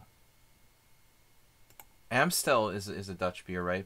But in America, Amstel is only like Amstel Light. Or it used to be. Did they have like a regular Amstel now? In the US? I don't even know. Knight d5, a3, a5, finally. We got the plan down. And now Nefedov played the heartbreaking a4. Which is just... Hide your head in shame. Hide your head in shame when you play a4. Nefedov is playing a 2100 and he just wants to draw, so he's going into lockdown mode. It's a school lockdown. It's an active shooter situation, and Nefedov is just trying to lock down the school. But objectively, like, he should be trying for more than locking down the school here. He should play b4. So, Nefedov just locks it up. Alright, so queen g5, just really long game here. Repeating position. Nils is next. Uh-oh, Nefedov found something. Look what I found. Suddenly, the double pawns might actually come at a price. Wow. And now we have the threat of, like, tripleizing. Maybe the n rooks on the h file. Man. Undoubling his pawns, but getting the h file. This is awkward for white. Now, how do you recapture? I would consider even taking with the queen. Consider taking with the queen. Is white going to run away like king f2, king e3, get out of here? Here, but Pavel played rook f5. I mean, it occurs to me that like rook h5 is clearly more aggressive. Not sure why rook f5. I guess it's not a bad move. Now he plays this, and now king f2, run away from the man with the candy here. King f2, queen g5. It's a very, very, very strange and obscure reference to this band called the Frogs, but probably none of you guys ever heard of them. Queen g5, queen e5, queen e5, d e5, rook h2, and f5 is only slightly better. And now it's just a draw. Though rook h5 for me is not sure. So rook d8, rook d2, king d2. And what about this king and pawn endgame? You're certainly not better there, so it's better not to do that. Rook h5, apparently a blunder. I mean, I imagine there's a lot of moves you could make here, but I mean, the real question would be rook d8. What happens if we play this? Beard guys. Rook d2. Am I wrong about this? What about this king and pawn endgame, man? I mean, this is very, very important that you evaluate this king and pawn endgame correctly. F5, you don't deserve to win this game because you played too passively at all the key points. You had your chances, but I'm sure the time came into it in the rook endgame stage. But here you have to know whether this is a draw or a win. And the problem is you enter in this endgame where it looks like you're worse. I mean, it really does, you know. Pawn takes pawn, king takes pawn, king e3, and then like king e5, I'm guessing. Man, apparently king e5 loses. Oh my god. Wow. That's brutal. I would have lost in a game. I probably would have played king e5. So you have to play e5 to hold a draw. Alright. But anyway, so the game went rook h5, different continuation, f4, rook h3, king f3. Now, you're going to lose the d file, so be careful.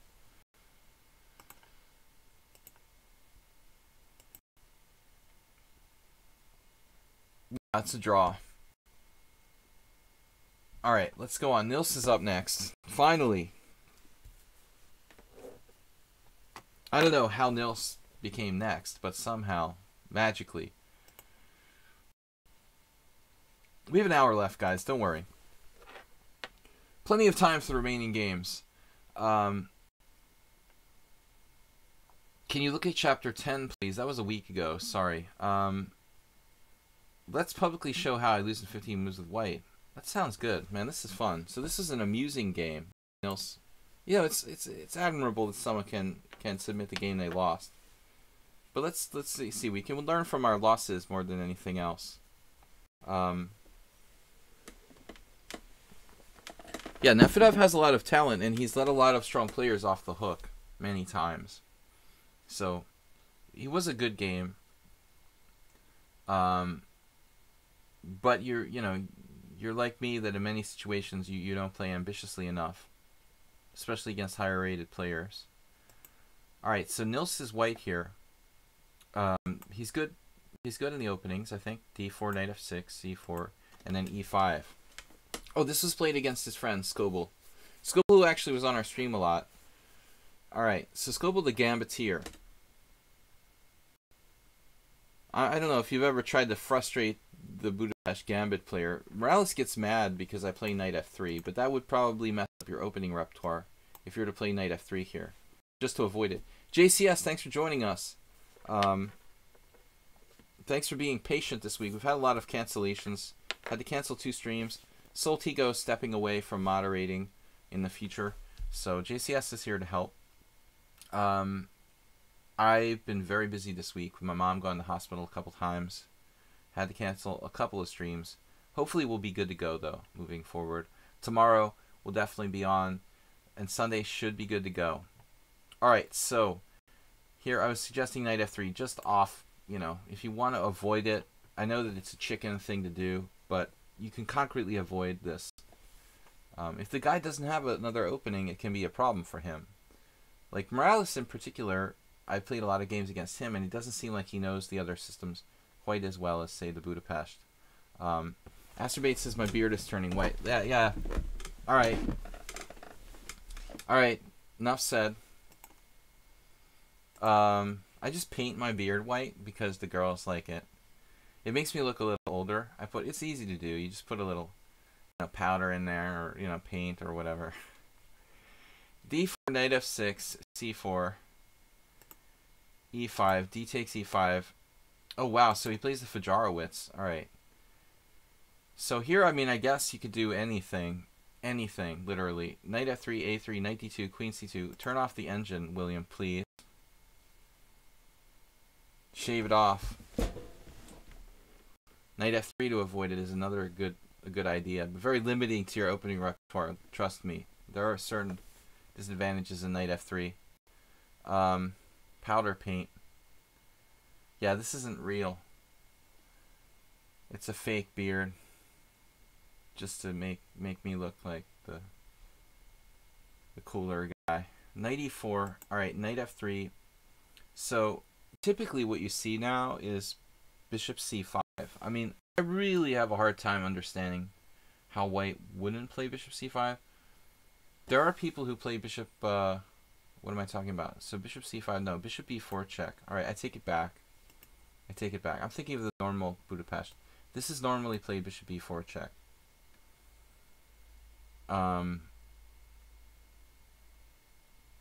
Dreyev Alexei versus Abarth Khan in 2003. Where the heck did that take place? That's crazy. Khan actually drew with Dreyev with black in a Budapest Fajarowitz. That's insane. Wow. All right. But anyways, so bishop e4 check, and then knight d2. This is normal. I can't believe that some of these people have actually played this. I didn't think the Fajarowitz was even like playable. Okay, most of them are not that strong players. Like Gutman, what do we got? Khmelnytsky. But b6, this is weird. It reminds me of, why doesn't the guy just play, why does Scoble do the Budapest Gambit? Why does he just play like the flat out like England Gambit with e5? If he wants to play b6 or whatever, he might as well just do this right away. Just do this right away. Just sack a pawn, and then do the knight c6. Acerbate, don't start doing this, man. I know you like to play. Acerbate likes to play the queenside castling plan in the what's it called, the Owen defense. You have to do that. No. Anyways, all right. So what's up? b6. Okay, whatever. Let's just develop our pieces. Yeah, here you got tempted.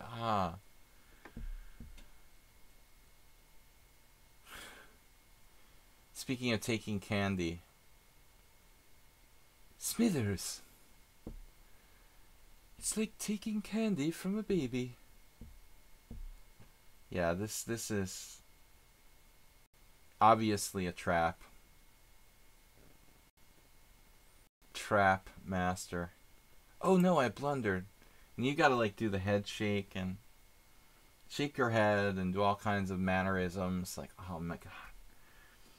Can't believe it. Crumple up your score sheet in the middle of the game. Another thing I was reading, back in the old days when they had time controls where there were different rules at move 40, there was a Soltis wrote a story about how one of his teammates, they were playing a team match, like the World Team Junior Championship or something, and they were playing some team from like Serbia or something. One of his teammates was in very bad time pressure at move 40, and in those days, like, you had to keep, you couldn't keep score all the time because there was no increment. So in many cases, like, you didn't know if you made move 40 or not. And so the other guy, his teammate's opponent, like, started to write down the moves, and he wrote down his score sheet like 39, 40, 41, and wrote in moves for like 39, 40, 41. So Soltis's like teammate was like, oh, okay, cool. I made the time control. And then they like, then the time fell, and they were like, and then the other opponent just like started erasing all the moves and stuff. So he basically like, he basically just made it up. Like, they had never made 41 moves. He intentionally, like, wrote down, like, made up moves so the guy would think he had made the time control. It's kind of, this is a trap, man. You fell into a trap with queen d5. Bishop b4 check. Is this move necessary here? Wow.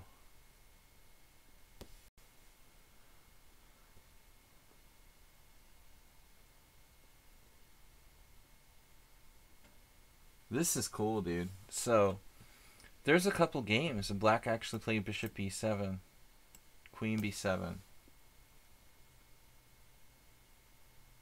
It's trapped now. But how are we going to trap it? We're going to play knight c6, and then knight c5, right?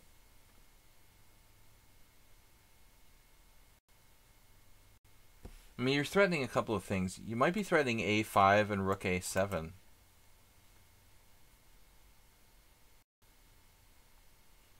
I've never seen this one before. I'm not surprised that Wade has a way out of this. So these dudes both played queen a6. And then they got just raked over the coals with bishop b4 check. Clogging up the squares. Taking away the retreat, queen b5, queen b3. So now bishop d2, knight c5. Queen b5, and then bishop takes d2, and the queen is trapped. Nice. Brilliant. These guys are 2200s. Goodbye, queen. That's pretty cool. So bishop b7, wow. Just rejecting. So what's the critical line? Queen takes b7, knight c6. Does this actually work, though? I mean, because before. Does anybody know? This has never been played in a master game. An absolutely, like, critical line, probably, for the theory of this variation.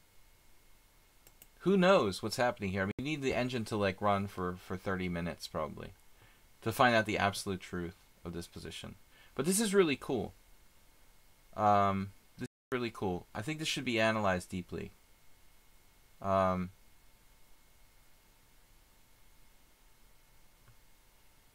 Bishop b4, check first. Knight on bd2. So does this make a difference? Or is this a transposition?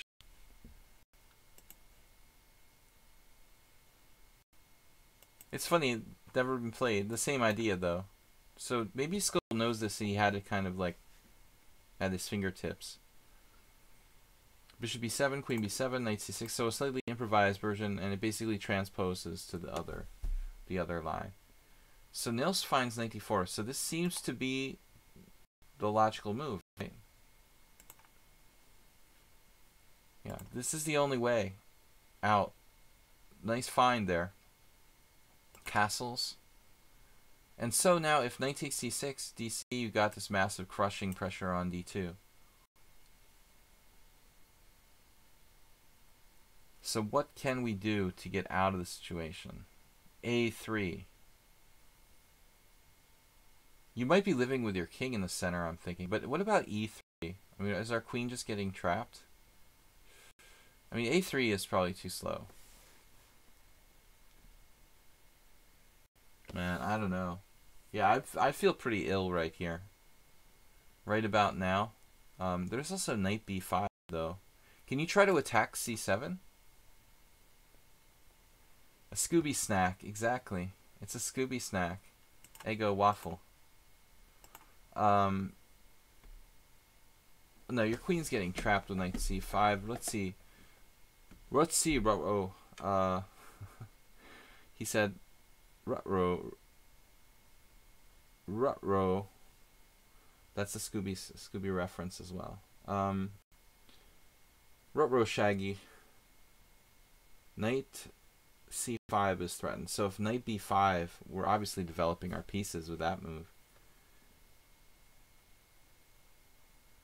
What about, let's see, queen...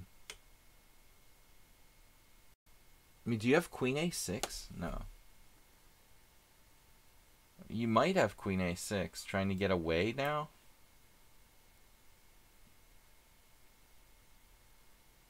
That's sick. Like, this is so stupid. Like, variation here. Your queen is trapped anyway. Man, that's nasty. So let's see what Nils did. He did e3. Now black played a5, but is that even necessary? I guess it is.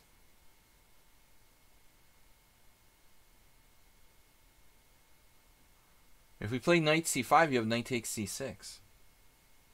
Getting out of it. So a5. Is this the best move? So rook b8, knight takes c6, d takes c6. And just giving up d2. That's interesting. It's not 100% clear. Like if this move, rook b8. So a5. What about that variation rook b8 though? Alright, let's see. e3, rook b8. Knight takes c6, d takes c6. You just take and you give up the pawn. Whatever. Bishop takes here, king here. I mean, this looks like the only way that white could survive there, and that's probably okay because you're getting out now. Hard to find that in a fast game, obviously. This is 15 plus 10. I just feel like white should be alright intuitively. It doesn't seem like this should be necessarily winning for black. Maybe kind of dynamic equilibrium or something. But I really feel white shouldn't be losing here because he took the bishop on b7. But he just has to find like the precise move. Maybe some kind of queen sacrifice or... But a5. Well, we could do the same thing, right? I guess this is the key. Knight takes c6, d takes c6, queen takes c6. And you're just going to have to forfeit castling. Isn't that it? Bishop takes d2 check. King e2, same thing. Like bishop takes here, queen takes here, bishop takes b2, rook b1 or rook d1. Not sure. Maybe rook d1. And it's still a game. Black is better though, because the white king is probably unsafe here. And the black is not. These pieces are kind of obstructed. Nefedov says bishop c1, what's white's move? In which position, what?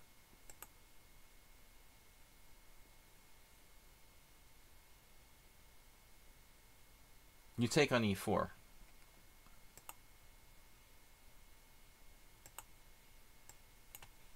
No, this is what I thought, but I guess there's also queen d2 check. You're walking out into the... Oh, is it lost? It's not necessarily lost. There are some bad things that can happen to good people sometimes. Like this. The ultimate greed variation. I mean, so... It could go both ways. Opposite color bishop type position Nefedov. I'm not sure. A5. I'm glad Nils submitted this though, because it's really fun. A5, knight b5. That's tempting, but it feels like anti-developmental.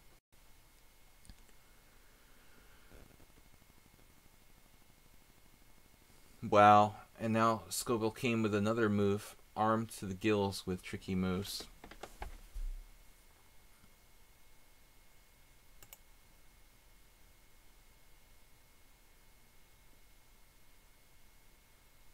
Look, ma, no queen.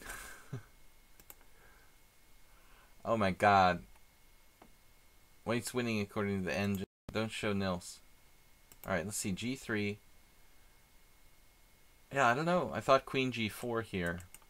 But unfortunately, well, I didn't actually see what would happen there. So queen g4, bishop g2. What's going on?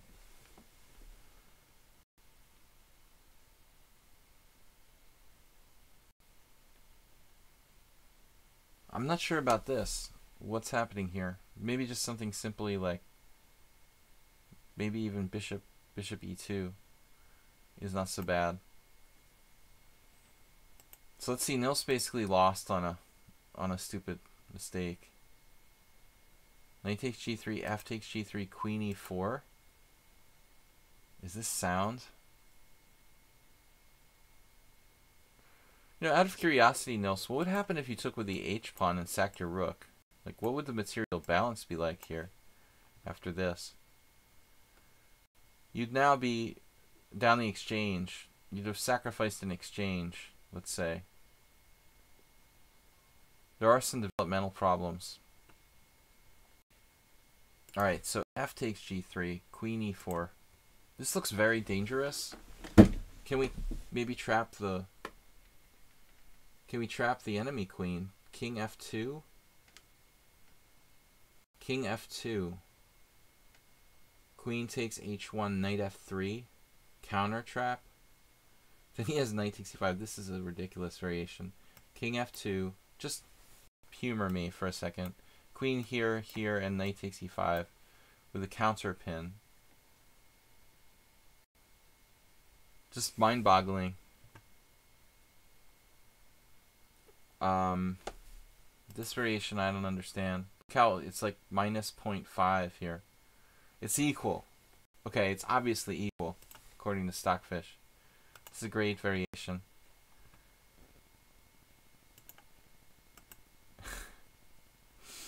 Oh my god, now it just all falls apart. I mean, you can't do that. I mean, clearly you have to play king d1, I guess.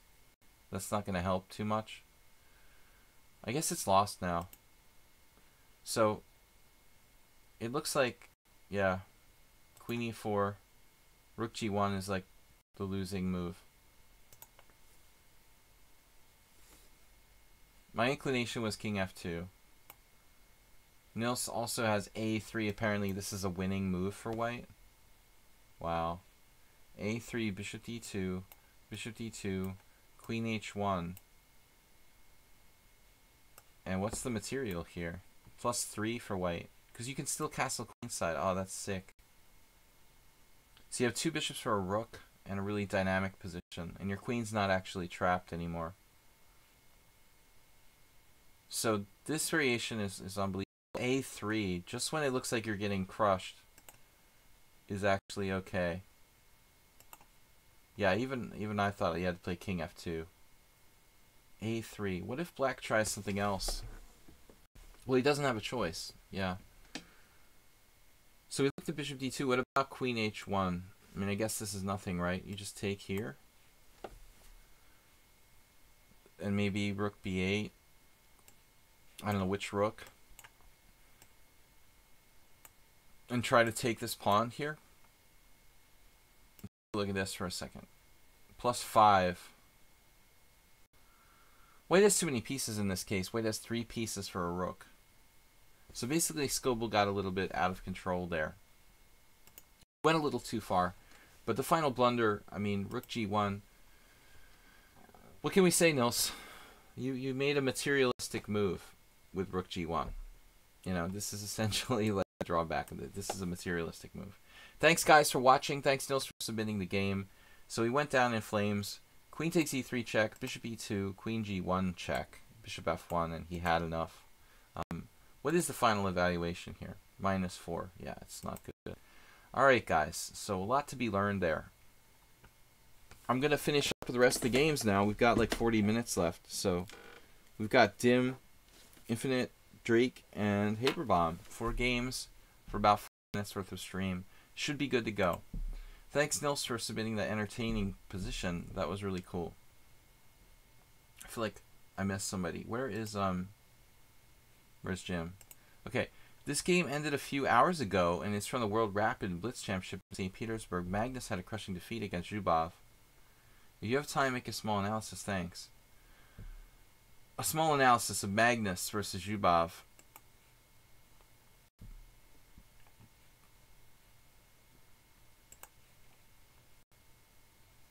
So we're going to look at this from Magnus's perspective.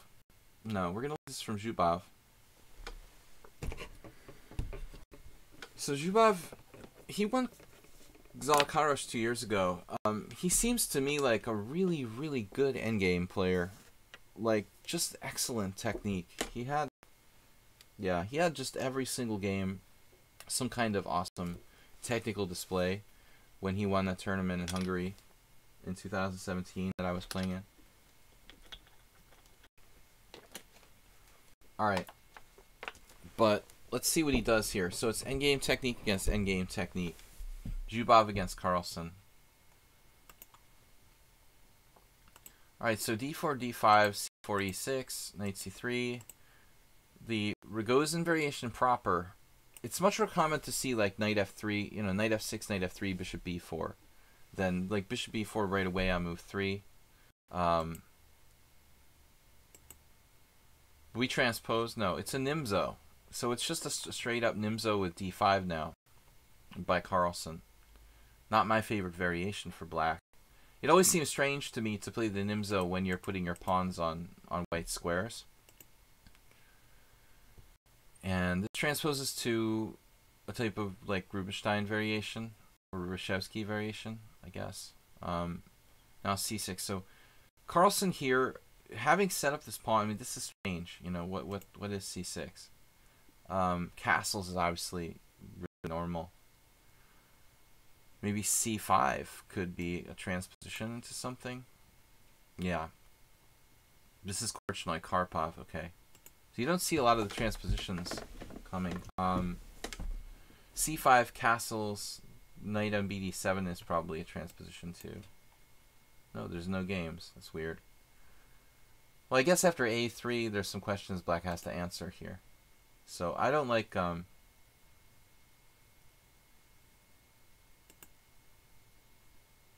black having all pawns on white squares. a3. Okay, clearly Magnus. Yeah, Magnus realizes he can't trade his dark square bishop, having put every single pawn on white squares. So he created something new here. You know, and white could play like b4 for sure, but he plays this. And I'm tempted to play h5, Ponda style. I mean, how bad is this, seriously? This is a rapid game, I'm playing h5. That's why Magnus would have mashed in with h5.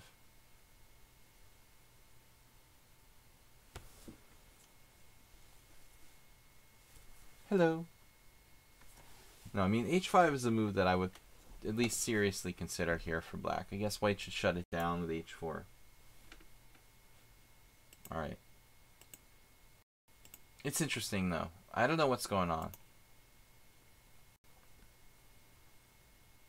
Next time, Magnus, you can try h5. True Ponda style. Ponda. But he just castled, chickening out, and now they're transposed into some theory, basically. Not a line I particularly like for black, but he's trying to play for a win. Black's trying to play for a win by keeping pieces on the board, keeping something murky going on. And now, I guess this is some kind of theory. So, we've got a few games here. D takes c4, bishop takes c4. And then e5.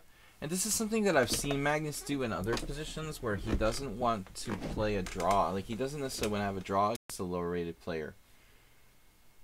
I mean, you can see c5.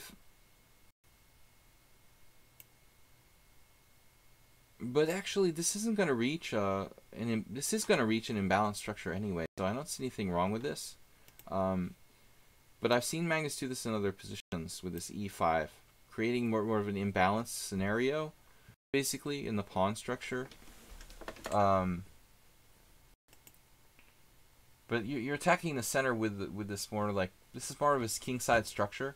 Like, if you think about it, this pawn e6 is part of his kingside safety net. You know, when you play e5, that's risking like the diagonal and your king safety. When you play c5, it's not really risking your king side. But I mean, e5 actually allows the bishop to develop, obviously.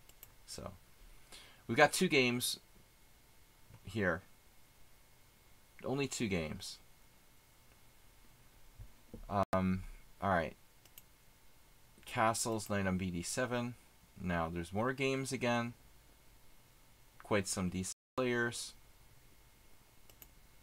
Bishop a2. Zubov is back in his theory, it looks like. Bishop c7. Wow, it's Anand versus Gajewski from 2015. So by a roundabout order of moves, they're still in some kind of Nimzo theory here. And now white plays d5. I mean, honestly, d5 feels like white's copping out. But he's playing the world champion, you know. So you notice Anand didn't play d5. I mean, I think that fundamentally it feels Like, white has to do something here, but what is the other move? Queen c2, That's a little like a Slav type of idea for white. Queen c2, rook d1, and the queen eyes this diagonal. Interesting. So this just simplifies a lot, and definitely Carlsen's not happy about that. Basically, I think, Zubov wants to draw. He's going to just trade pieces and stuff. I mean, this is pretty surprising what he did here, by the way, taking with the bishop. You'd expect knight takes. It actually gives Magnus the bishop pair. I mean, what would happen if Magnus were to play like bishop b8 or something? The white knights get out of control? Or what? Like, it's a little bit... You kind of wonder what would happen here. I guess e4. And it starts to look like a Sicilian where this bishop is just hemmed in. So Magnus didn't want to do that. He didn't want any part in that. Knight takes d5, knight b6, knight c7, queen c7. So we get opposite color bishops. And both these guys are excellent endgame players. But Zubov's position at this point looks kind of feeble. Like he doesn't have that much of an advantage. I would imagine like f6 and then queen f7 or something like that. At this point, if you played f6, let's see what the engine says.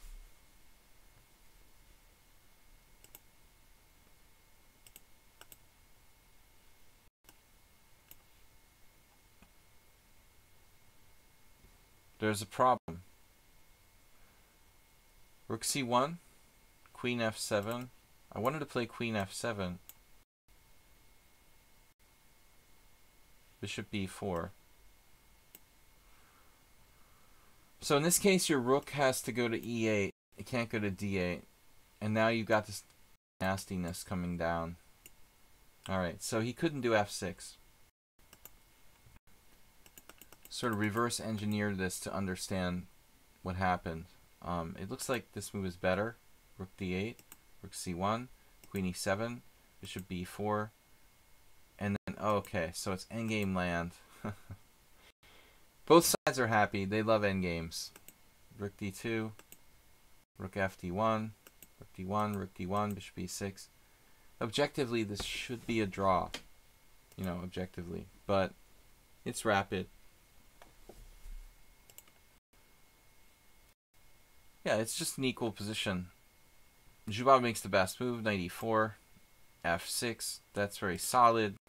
Yeah, basically the game should be a draw. Let's see what happens, though.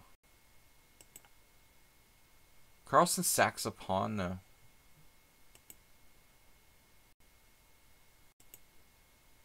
Yeah, here I was thinking rook d8, but we're going to lose to knight takes b7. So Magnus is playing well. Wow. What about this position? I mean, he didn't have like rook c8 here. Is this just a case of Magnus? Yeah. I don't know. What about rook c8? Just a draw, I imagine. I think Magnus may have overpressed. Let's see what happened. Knight c4 still looks like a good move, though. So it's not like Zubov killed him. I mean, this is... Magnus trying to win an endgame against a really good endgame player.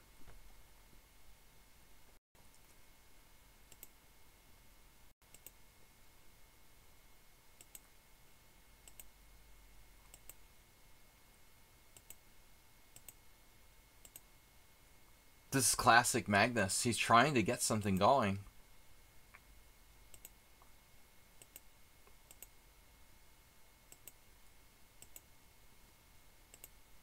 Wow, it's a really long game. Wow, it's like 100 moves. So let's skip to the part where it gets interesting here. And see what happened. So basically, Zubov plays e4. Rook a7 is some sort of small mistake. And we're just kind of messing around. But the basic premise is that you have opposite color bishops, and that means that it's a sharp situation because 3 pieces can focus, or even 4 pieces if the king is involved, can focus on one color complex. And So Zubov can attack with 4 pieces on the dark squares, and Carlsen can attack with 4 pieces on the white squares. But it's not easy to do that. Yeah, so f3. White also has a better king. Zubov came out of this with a very good deal. King is actually much stronger than Carlsen's king. Now he starts to play aggressively with f4. And it's starting to fall apart now. It looks like Carlsen might almost have to lose material. Pawn takes pawn, pawn takes pawn, king g8, and it looks like he's hanging on. But he basically, what, sacks a pawn here? Why not rook takes e5? Okay, rook takes e5, rook takes c7, rook e6, rook c3 check. We actually get our material back.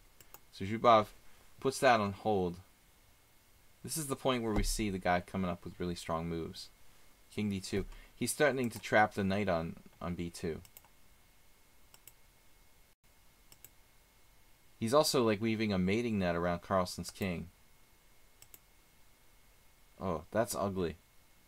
You know, you'd think you'd go to g6, but the rook was mate, right? It was rook c6 mate. So Carlsen got brutalized. Yeah. This is an inaccuracy. Now it's just up a pawn against the world champion. With like a better position. And a second pawn goes on g7. It looks like. There's another one. Another one. So it's just too many pawns. Black is just gonna get crushed. Alright guys, let's take a look at the next game. But I think it was more like, you know, time pressure and Carlsen underestimating his opponent there. But Zubov is really, really strong. Excellent endgame player. But it should have been a draw, basically. Alright, Infinite Flash Chess is up next. We're going to do 3 more games. This loss really bugged me. I know I mouse it with Queen E8, but was still surprised at how bad it got early. Advice on where I can improve in the game. Okay, so Infinite Flash is playing black. I'm going to just skip through the end of that Carlsen game because that was really technical. So you guys could see it was over effectively.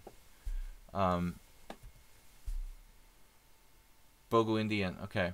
So I play this too. Zubov.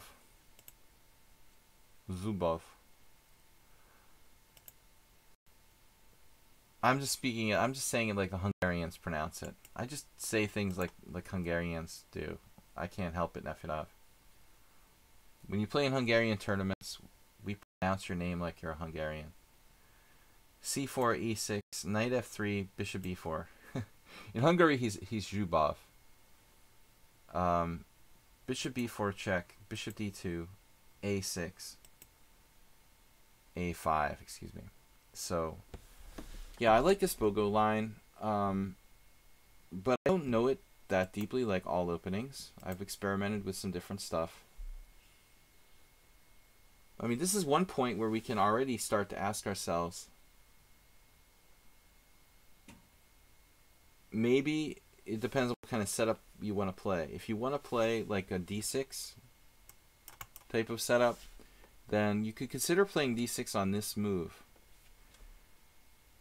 I like to play b6. I mean, I've played a lot with the b6 type formation. It's very, very solid for black. After bishop g2, you have 2 options. You can play very solid with bishop b7, or you can play crazy Romanician type of stuff with bishop a6. Nefedov, the name of your youngest son is Zubov? You're kidding me. I'm sorry, man. I didn't know. Zubov Nefedov. No, I can't. What's the deal? I can't guess the name of your youngest son. Victor. Oh, Victor, of course. Orban Victor. The Victator. They call him the Victator now.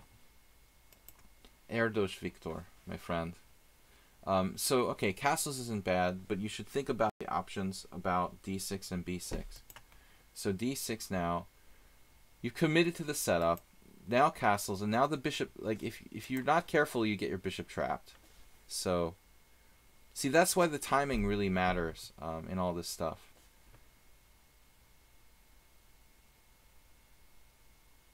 I don't know. I mean, if we go back again and look at this one more time, let's try to do like without castling infinite flash. Let's play d6, bishop g2, and then try to do like knight on bd7. I think this is probably the best way to do it if you want to try to do a d6 based setup. Smyslov was the one who I recall playing this. So if you delay castling, it gives you time to play e5. I think that's the point here. So now castle's in e5.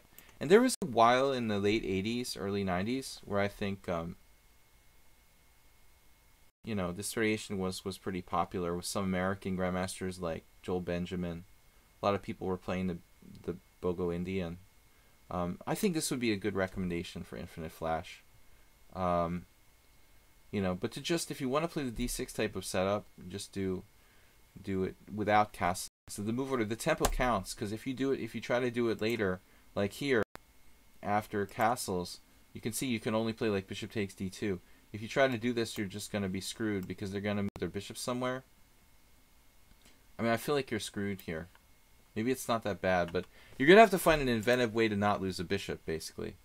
I don't, you know, really know what's going on with a4. Somebody played it against Gunina. And I don't feel too thrilled about d5 either. But black actually won 2 games here. That's weird. So d5, c5, what is happening in this position? And now a4. How could h6 work? Does anybody understand this? I'm sorry. Wow, this actually works? h6? Bishop takes f6, queen takes f6. And how does a3 not win a piece? Okay, I'm not really understanding. There's a game here from, I guess, like Greece or something. What is this?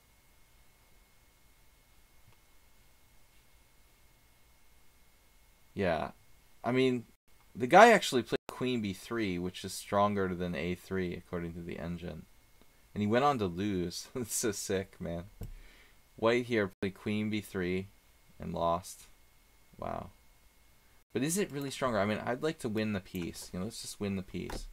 So let's win a piece, man, if we can win a piece. Bishop takes c5, d takes c5, queen b2, knight on bd2, and then I guess you get 3 pawns for a piece.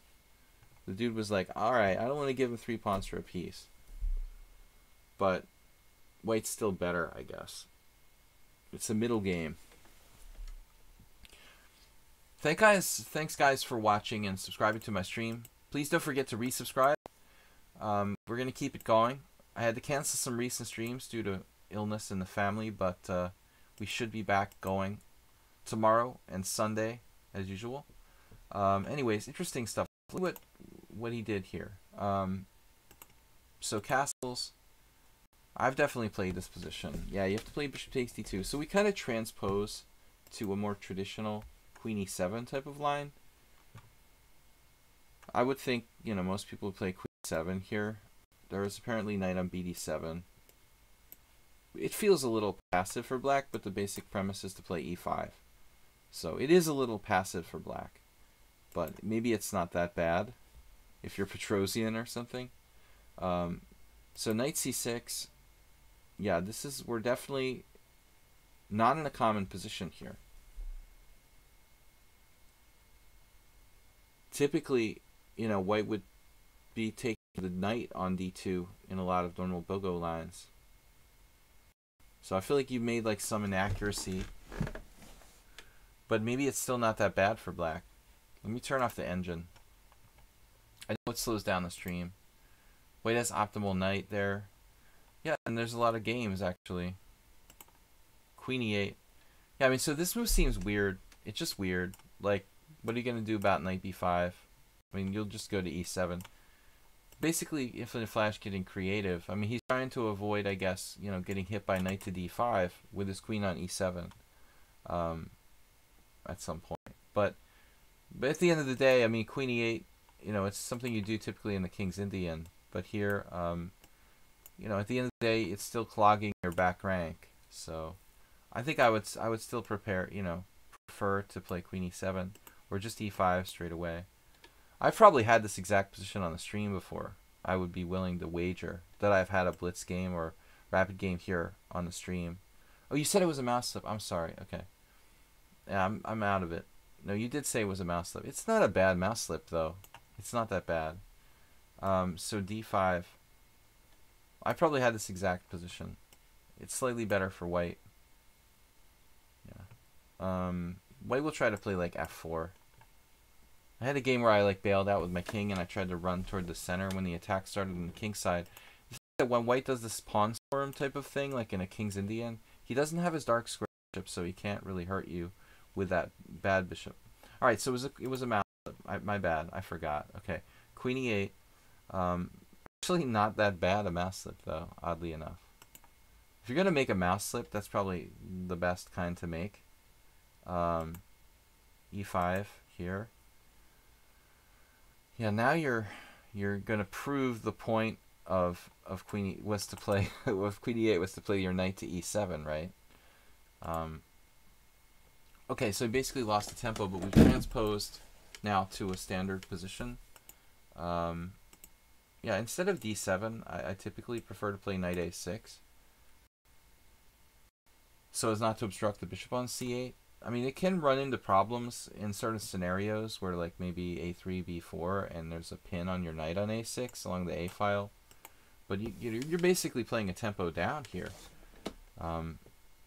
It might not be, like, completely out of the realm of possibility to play something like c5. It looks a little strange, though. I don't really trust that. So I think we got to play... c6 would be a standard play if you have more time, but I feel like you're getting blasted pretty fast with f4. Because you're like a tempo down, effectively. So another problem with knight on bd7, it might allow him to play like bishop h3 and trade off his bad bishop. So another point to knight a6 here. This would definitely be the right idea. He's blasting you in the center. Knight b8 is normal. I'm just kidding about... I mean, I was just joking about knight e7. I mean, no, I was just trying to justify queen e8, you know. Could we justify queen e8? So knight c5 here. Yeah, I mean, I'd really like to have the knight on a6, play b6, and then like play knight c5 and try to hold everything together. It's not a fun position, really.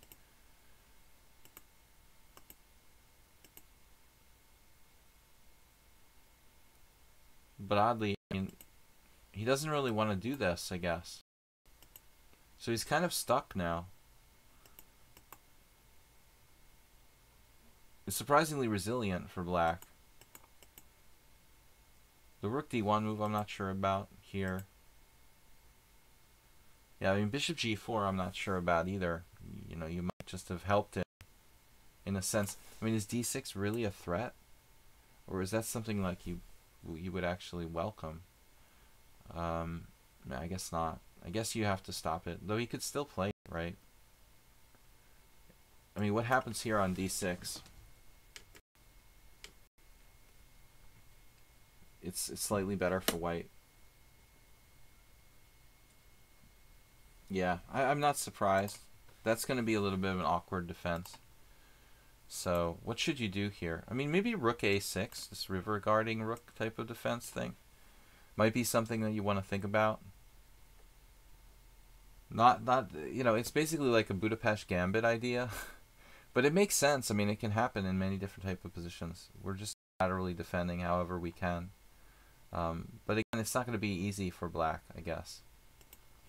So with the deformed pawn structure, here, here, here. Alright, you went back. And now rook e3, knight e8, this is good. This is good. Yeah. And so f6, and now I did this a few weeks ago in a game where I had to evacuate with my king like out to f7, but that's not always possible. It's possible you can run away toward the center now. I mentioned the game I had with white against this guy Christian Stevens from Canada years ago, where he just almost won. It was like I had the strong attack, then all of a sudden he just ran away to the other side of the board in a 2 knights tango, and I was like, what am I doing? King was over on like d8 or soon. So you could think about evacuating. I mean, a4 is kind of greedy. I mean, in a way, you know, maybe you ought to just leave it on a dark square. I think this is a little risky. Start expanding. I don't think your king is entirely safe. Let's see what happens here. There comes the attack. So I'd start thinking about bugging out, like right about now, but I don't think I would like the a4 move necessarily. To bug out and run away over here is not absurd. Um, Maybe it's not necessary, though. We'll see. You're going to just grin and bear it, take the attack, and get some counterplay. All right. Active defense. This is not pawn structure chess we're playing here. Can we consider taking the bishop, maybe?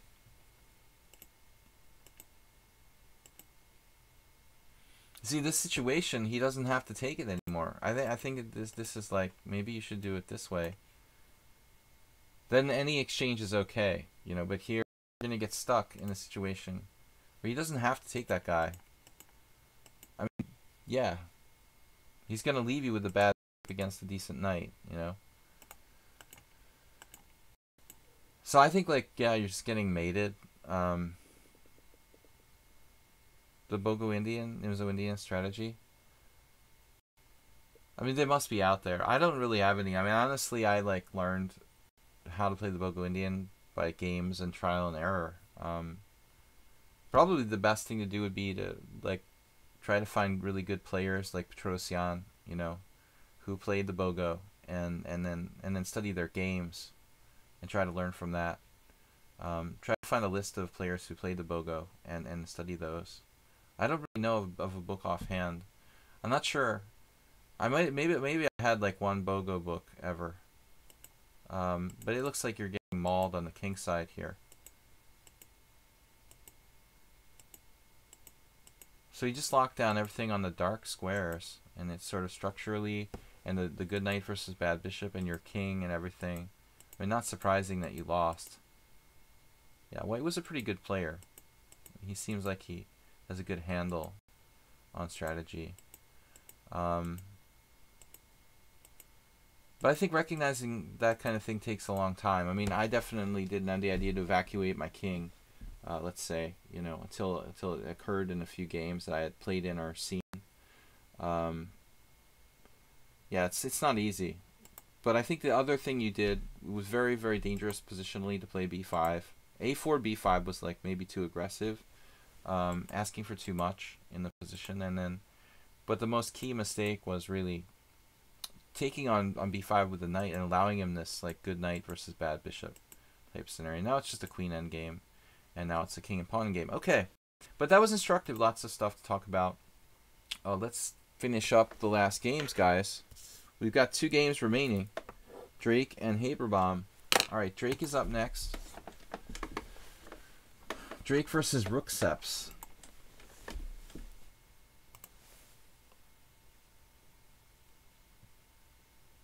Yeah, you're welcome. All right, guys, we're back tomorrow, 12:30 Eastern time here. It'll be like Fast Friday, 5+3. Just blitz against like all challengers who have 100 games or more. So, yeah, I think I had a book on the Bogo Indian years ago. Some guy, like, some British player, Sean Talbot. That's an ancient book from, like, I never had a good Bogo book. I don't think I can recall. Just learned by studying games. E4, C5, Knight F3. This is Drake, 1980, against Rookseps, his friend. Let's see what this is. We've got a Sicilian here. Black played D6. So the engine gives it a dubious. I wouldn't go that far, but technically it allows White to play the Marazzi. So voluntarily allowing the Marazzi in the space advantage that White gains with that, I guess, is considered to be slightly inaccurate. Yeah. All right, so D6, Knight C3 dubious. I mean, I don't know where these notes are coming from, but I wouldn't call Knight C3 dubious. I mean, okay, C4 is technically White's best move, but the problem is that this doesn't really work for everybody. You know, it's not like one size fits all. Not everyone is comfortable stylistically playing things like the Marazzi, so I don't think attaching the dubious to it is really, you know, necessarily right.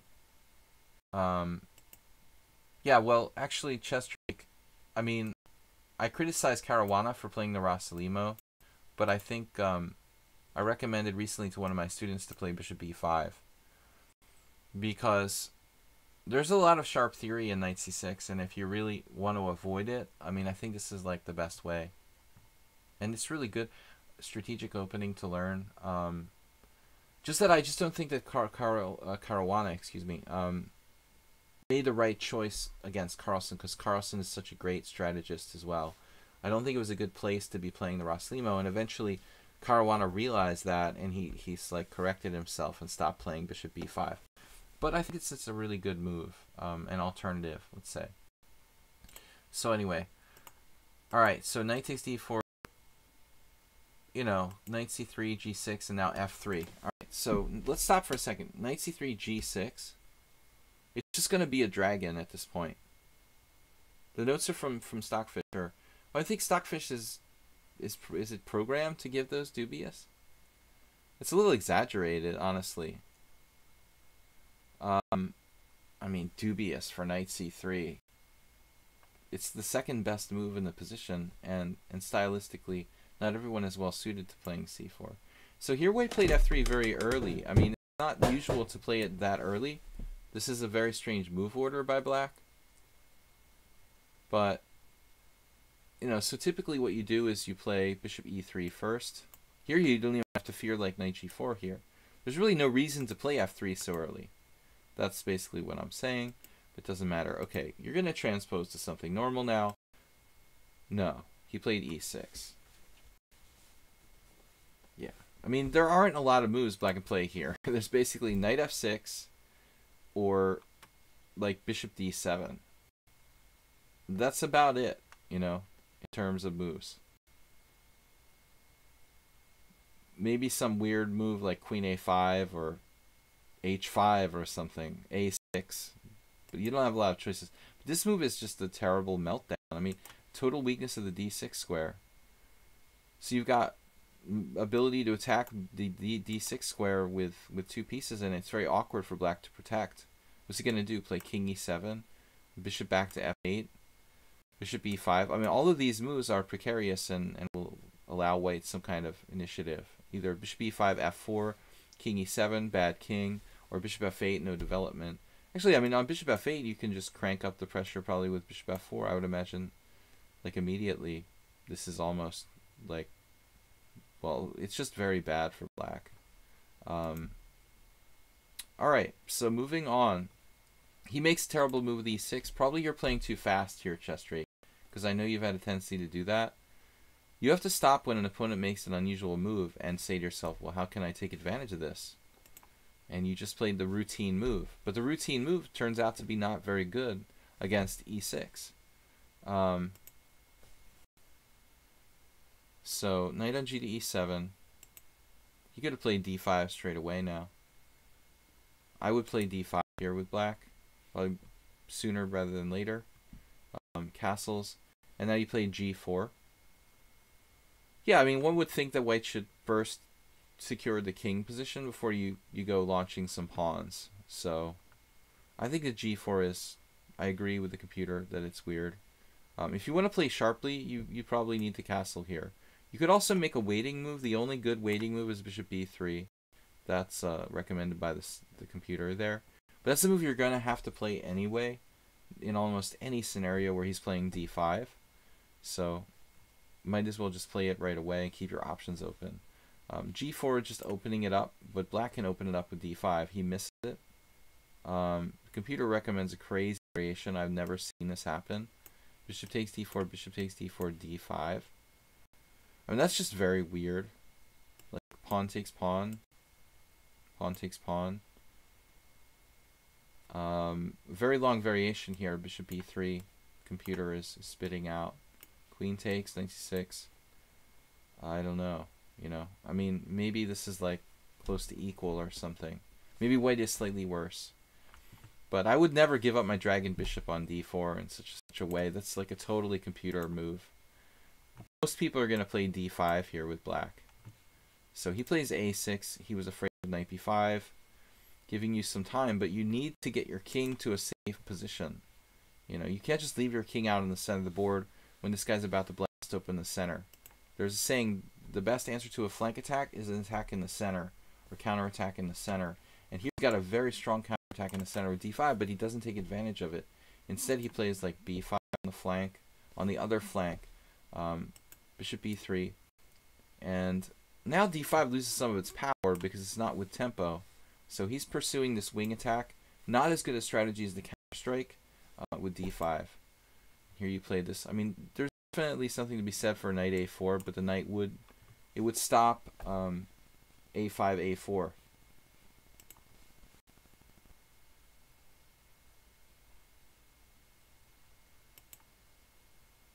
Acerbate, it makes you ask yourself the question. Knight takes d4. Yeah, now bishop takes d4. All right, I don't mind bishop takes d4. I don't think this is a bad move. Another way of trading that bishop off effectively. Black has a chance to play e5. It's ugly, but if he can maybe come up with something just to stay alive, maybe bishop e6 or something. Here. He has a5, a4. Maybe try to trade off your bishop with bishop e6. I'm not a huge fan of that. But I mean, what are you going to do on a5? He starts to get a little bit of counterplay. It's hard to increase your control over d5. But after knight d4, bishop d4, knight c6. Bishop takes g7 naturally. King takes g7. Still, Drake is just leaving his king out chilling in the center of the board. I guess it's possible to play like that sometimes. With direct attack. h5, and then black closes it up with g5, good decision, and then white. It's kind of like wanting an immediate gratification. This is like f4, immediate gratification, like trying to every time get immediate gratification. So I don't know, f4, it maybe gives up the e5 square forever. Got to be careful about that. But basically not a bad game. At this point, it looks like d6 is falling, but black has some counterplay.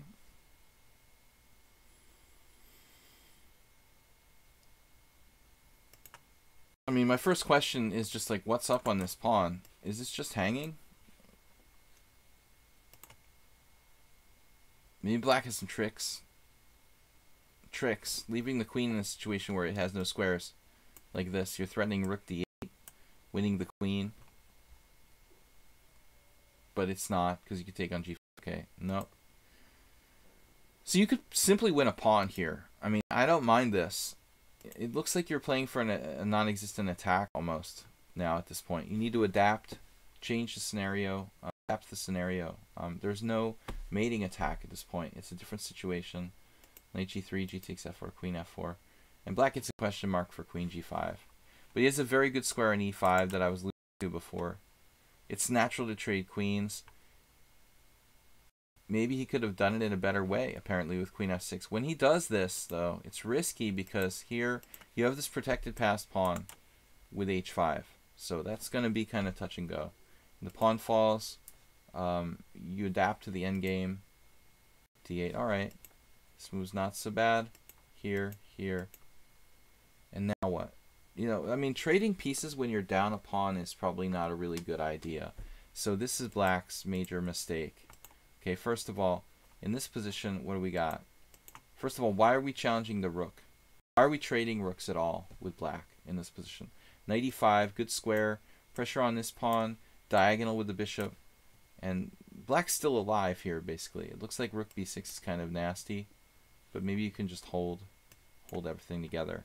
Black can try to hold everything together, but he didn't. He tried to trade pieces. This is bad. Down a pawn, trading pieces. No, not a good recipe.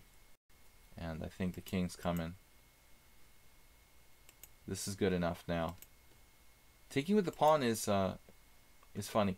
Take with the king, keep the pawns united. You have bishop d1 to defend the g4 pawn, and I think you're winning. Breaking up your own pawns, maybe not optimal. Still, you have a passed pawn, though. If you're thinking in terms of that, it's alright.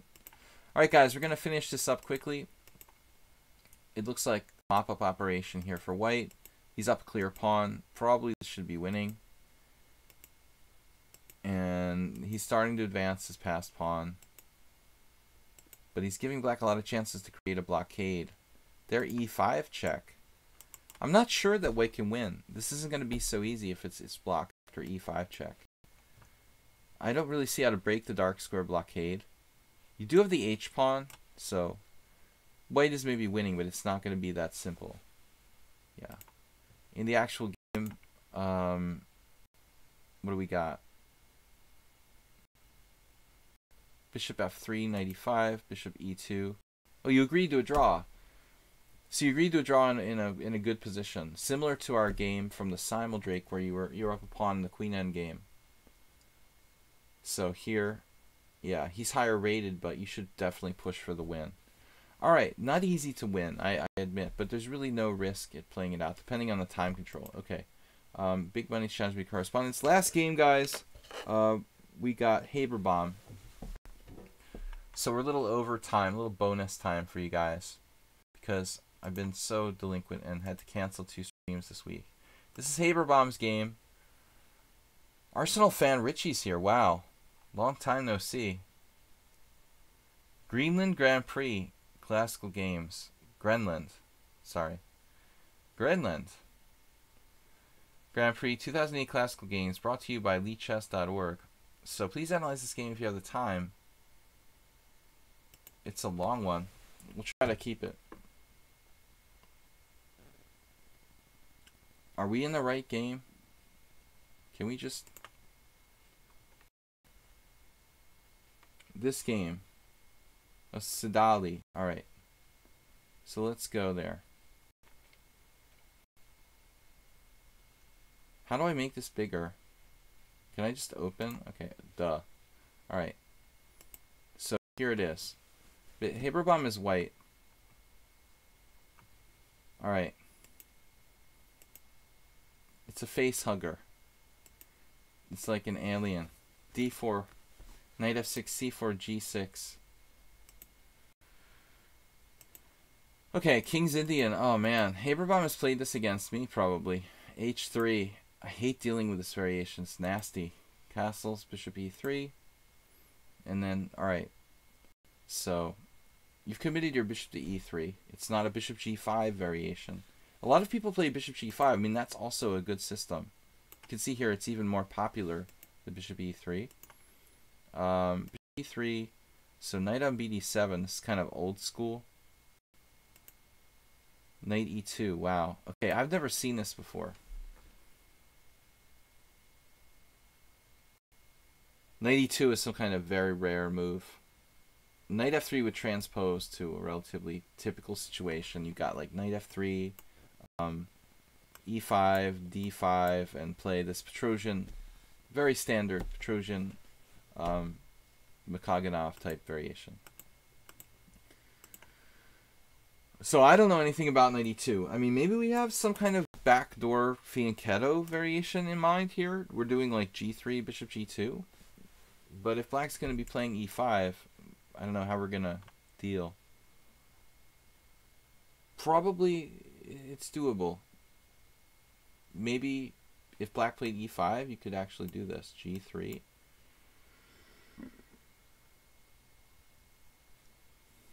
But more normal to just close the center, as these guys have done. Alright, let's just go through this game. Last game, guys. I'm out of time. So he plays this. Yeah, he plays c5. But anytime you play knight on bd7, you don't want to get into like a typical Benoni situation here. Although I think this is okay for black. d5, he can play like a6 and b5, gambit style ideas.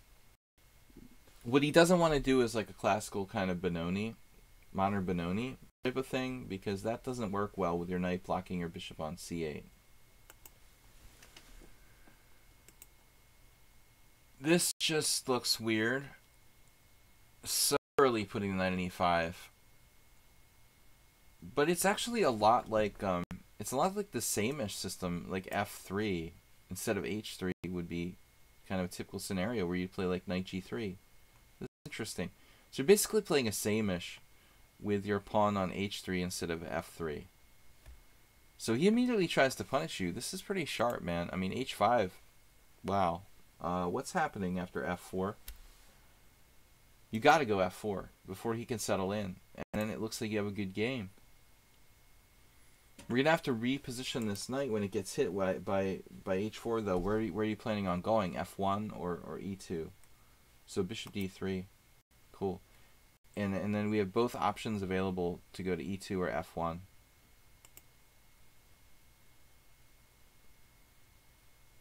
So a6. Now black can consider gambit style offings with b5, and then the automatic a4. But yeah, I mean, you're not going to castle queenside, right? It's a Benoni. There is some question as to whether b5, you know, the gambit is legitimate or not here. But yeah, I like a4. I think it's all right. Shut it down, basically. And then which way to go with the knight is a really tricky question. I mean, e2 is probably okay.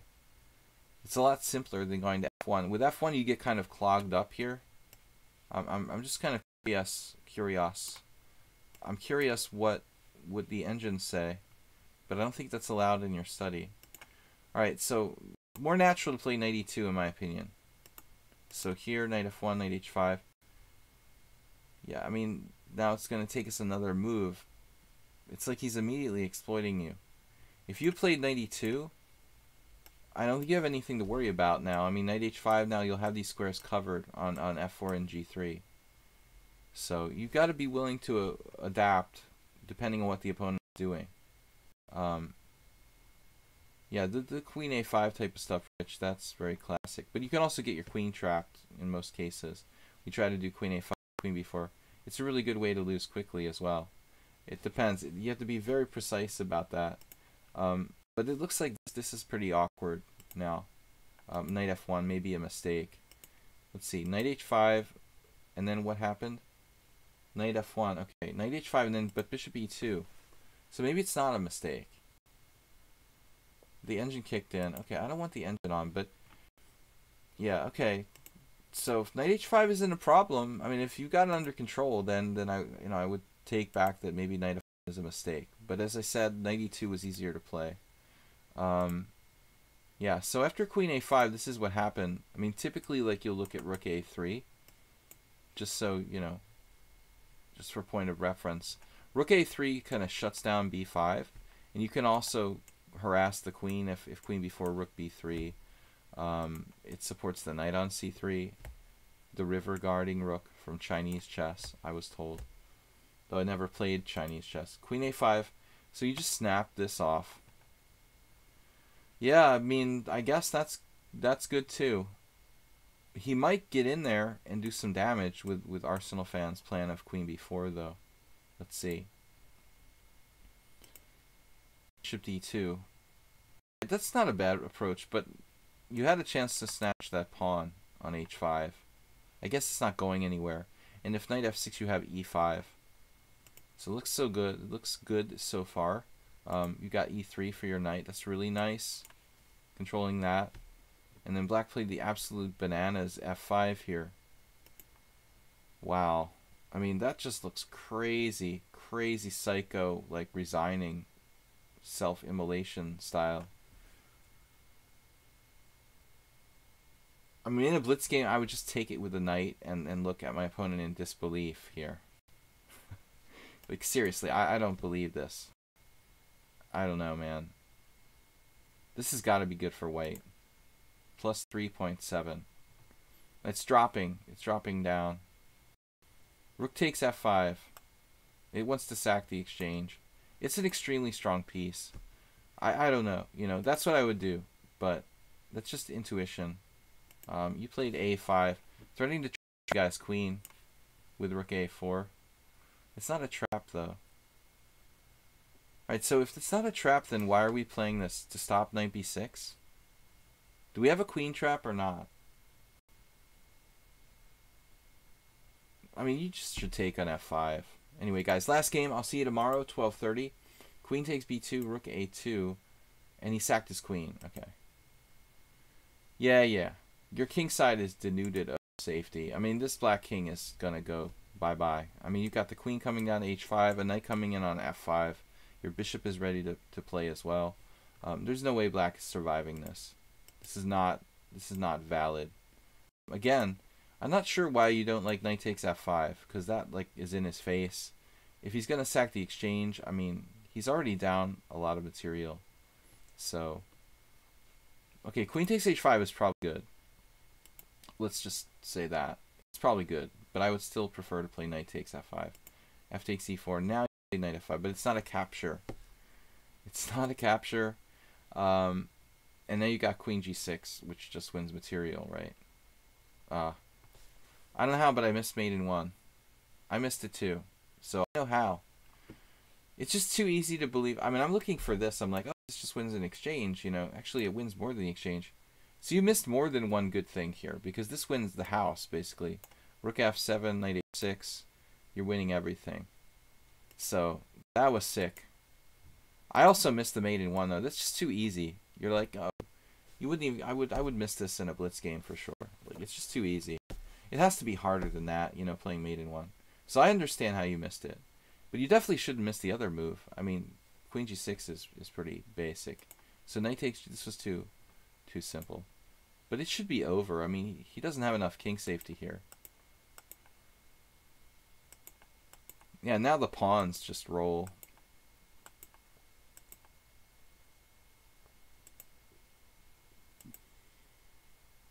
Yeah, I'm not crazy about g5. Maybe f5. You're going to pick off another pawn or two.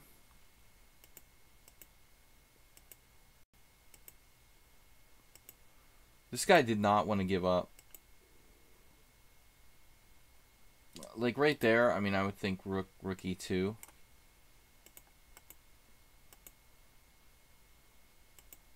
This is also good. He's getting some counterplay now.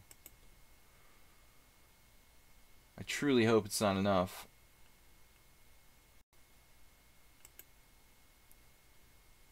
And that's a good move, because you can hide here, like in front of his pawn. You're going to use his pawn to hide behind. Luckily. Yeah. And your queen is getting in there. So it wasn't pretty, but you managed to do it. You actually hide in front of the pawn. That's cute. Cute finish. Alright guys, thanks for watching. Thanks everybody for joining me for tonight's subscriber stream with game analysis. The Pandas will see you later tomorrow. Thanks JCS for being our moderator. Goodbye. We had a lot of interesting games and analysis tonight. I'm out of here. It's been a long one. So again, Friday tomorrow, 12:30. Fast Friday, 5+3 Blitz. Everyone's welcome to play with 100 rated games or more, established account. Thanks for subscribing. Thanks for donating to support the stream. Nil supported the stream with 3,550 bits this week. Jim with 300. Spectacular Camel with 10. And Asterbait with 2. Thank you guys so much. Actually, let's get the actual update. Asterbait with 6, to be correct. Thank you guys so much. I'll see you tomorrow.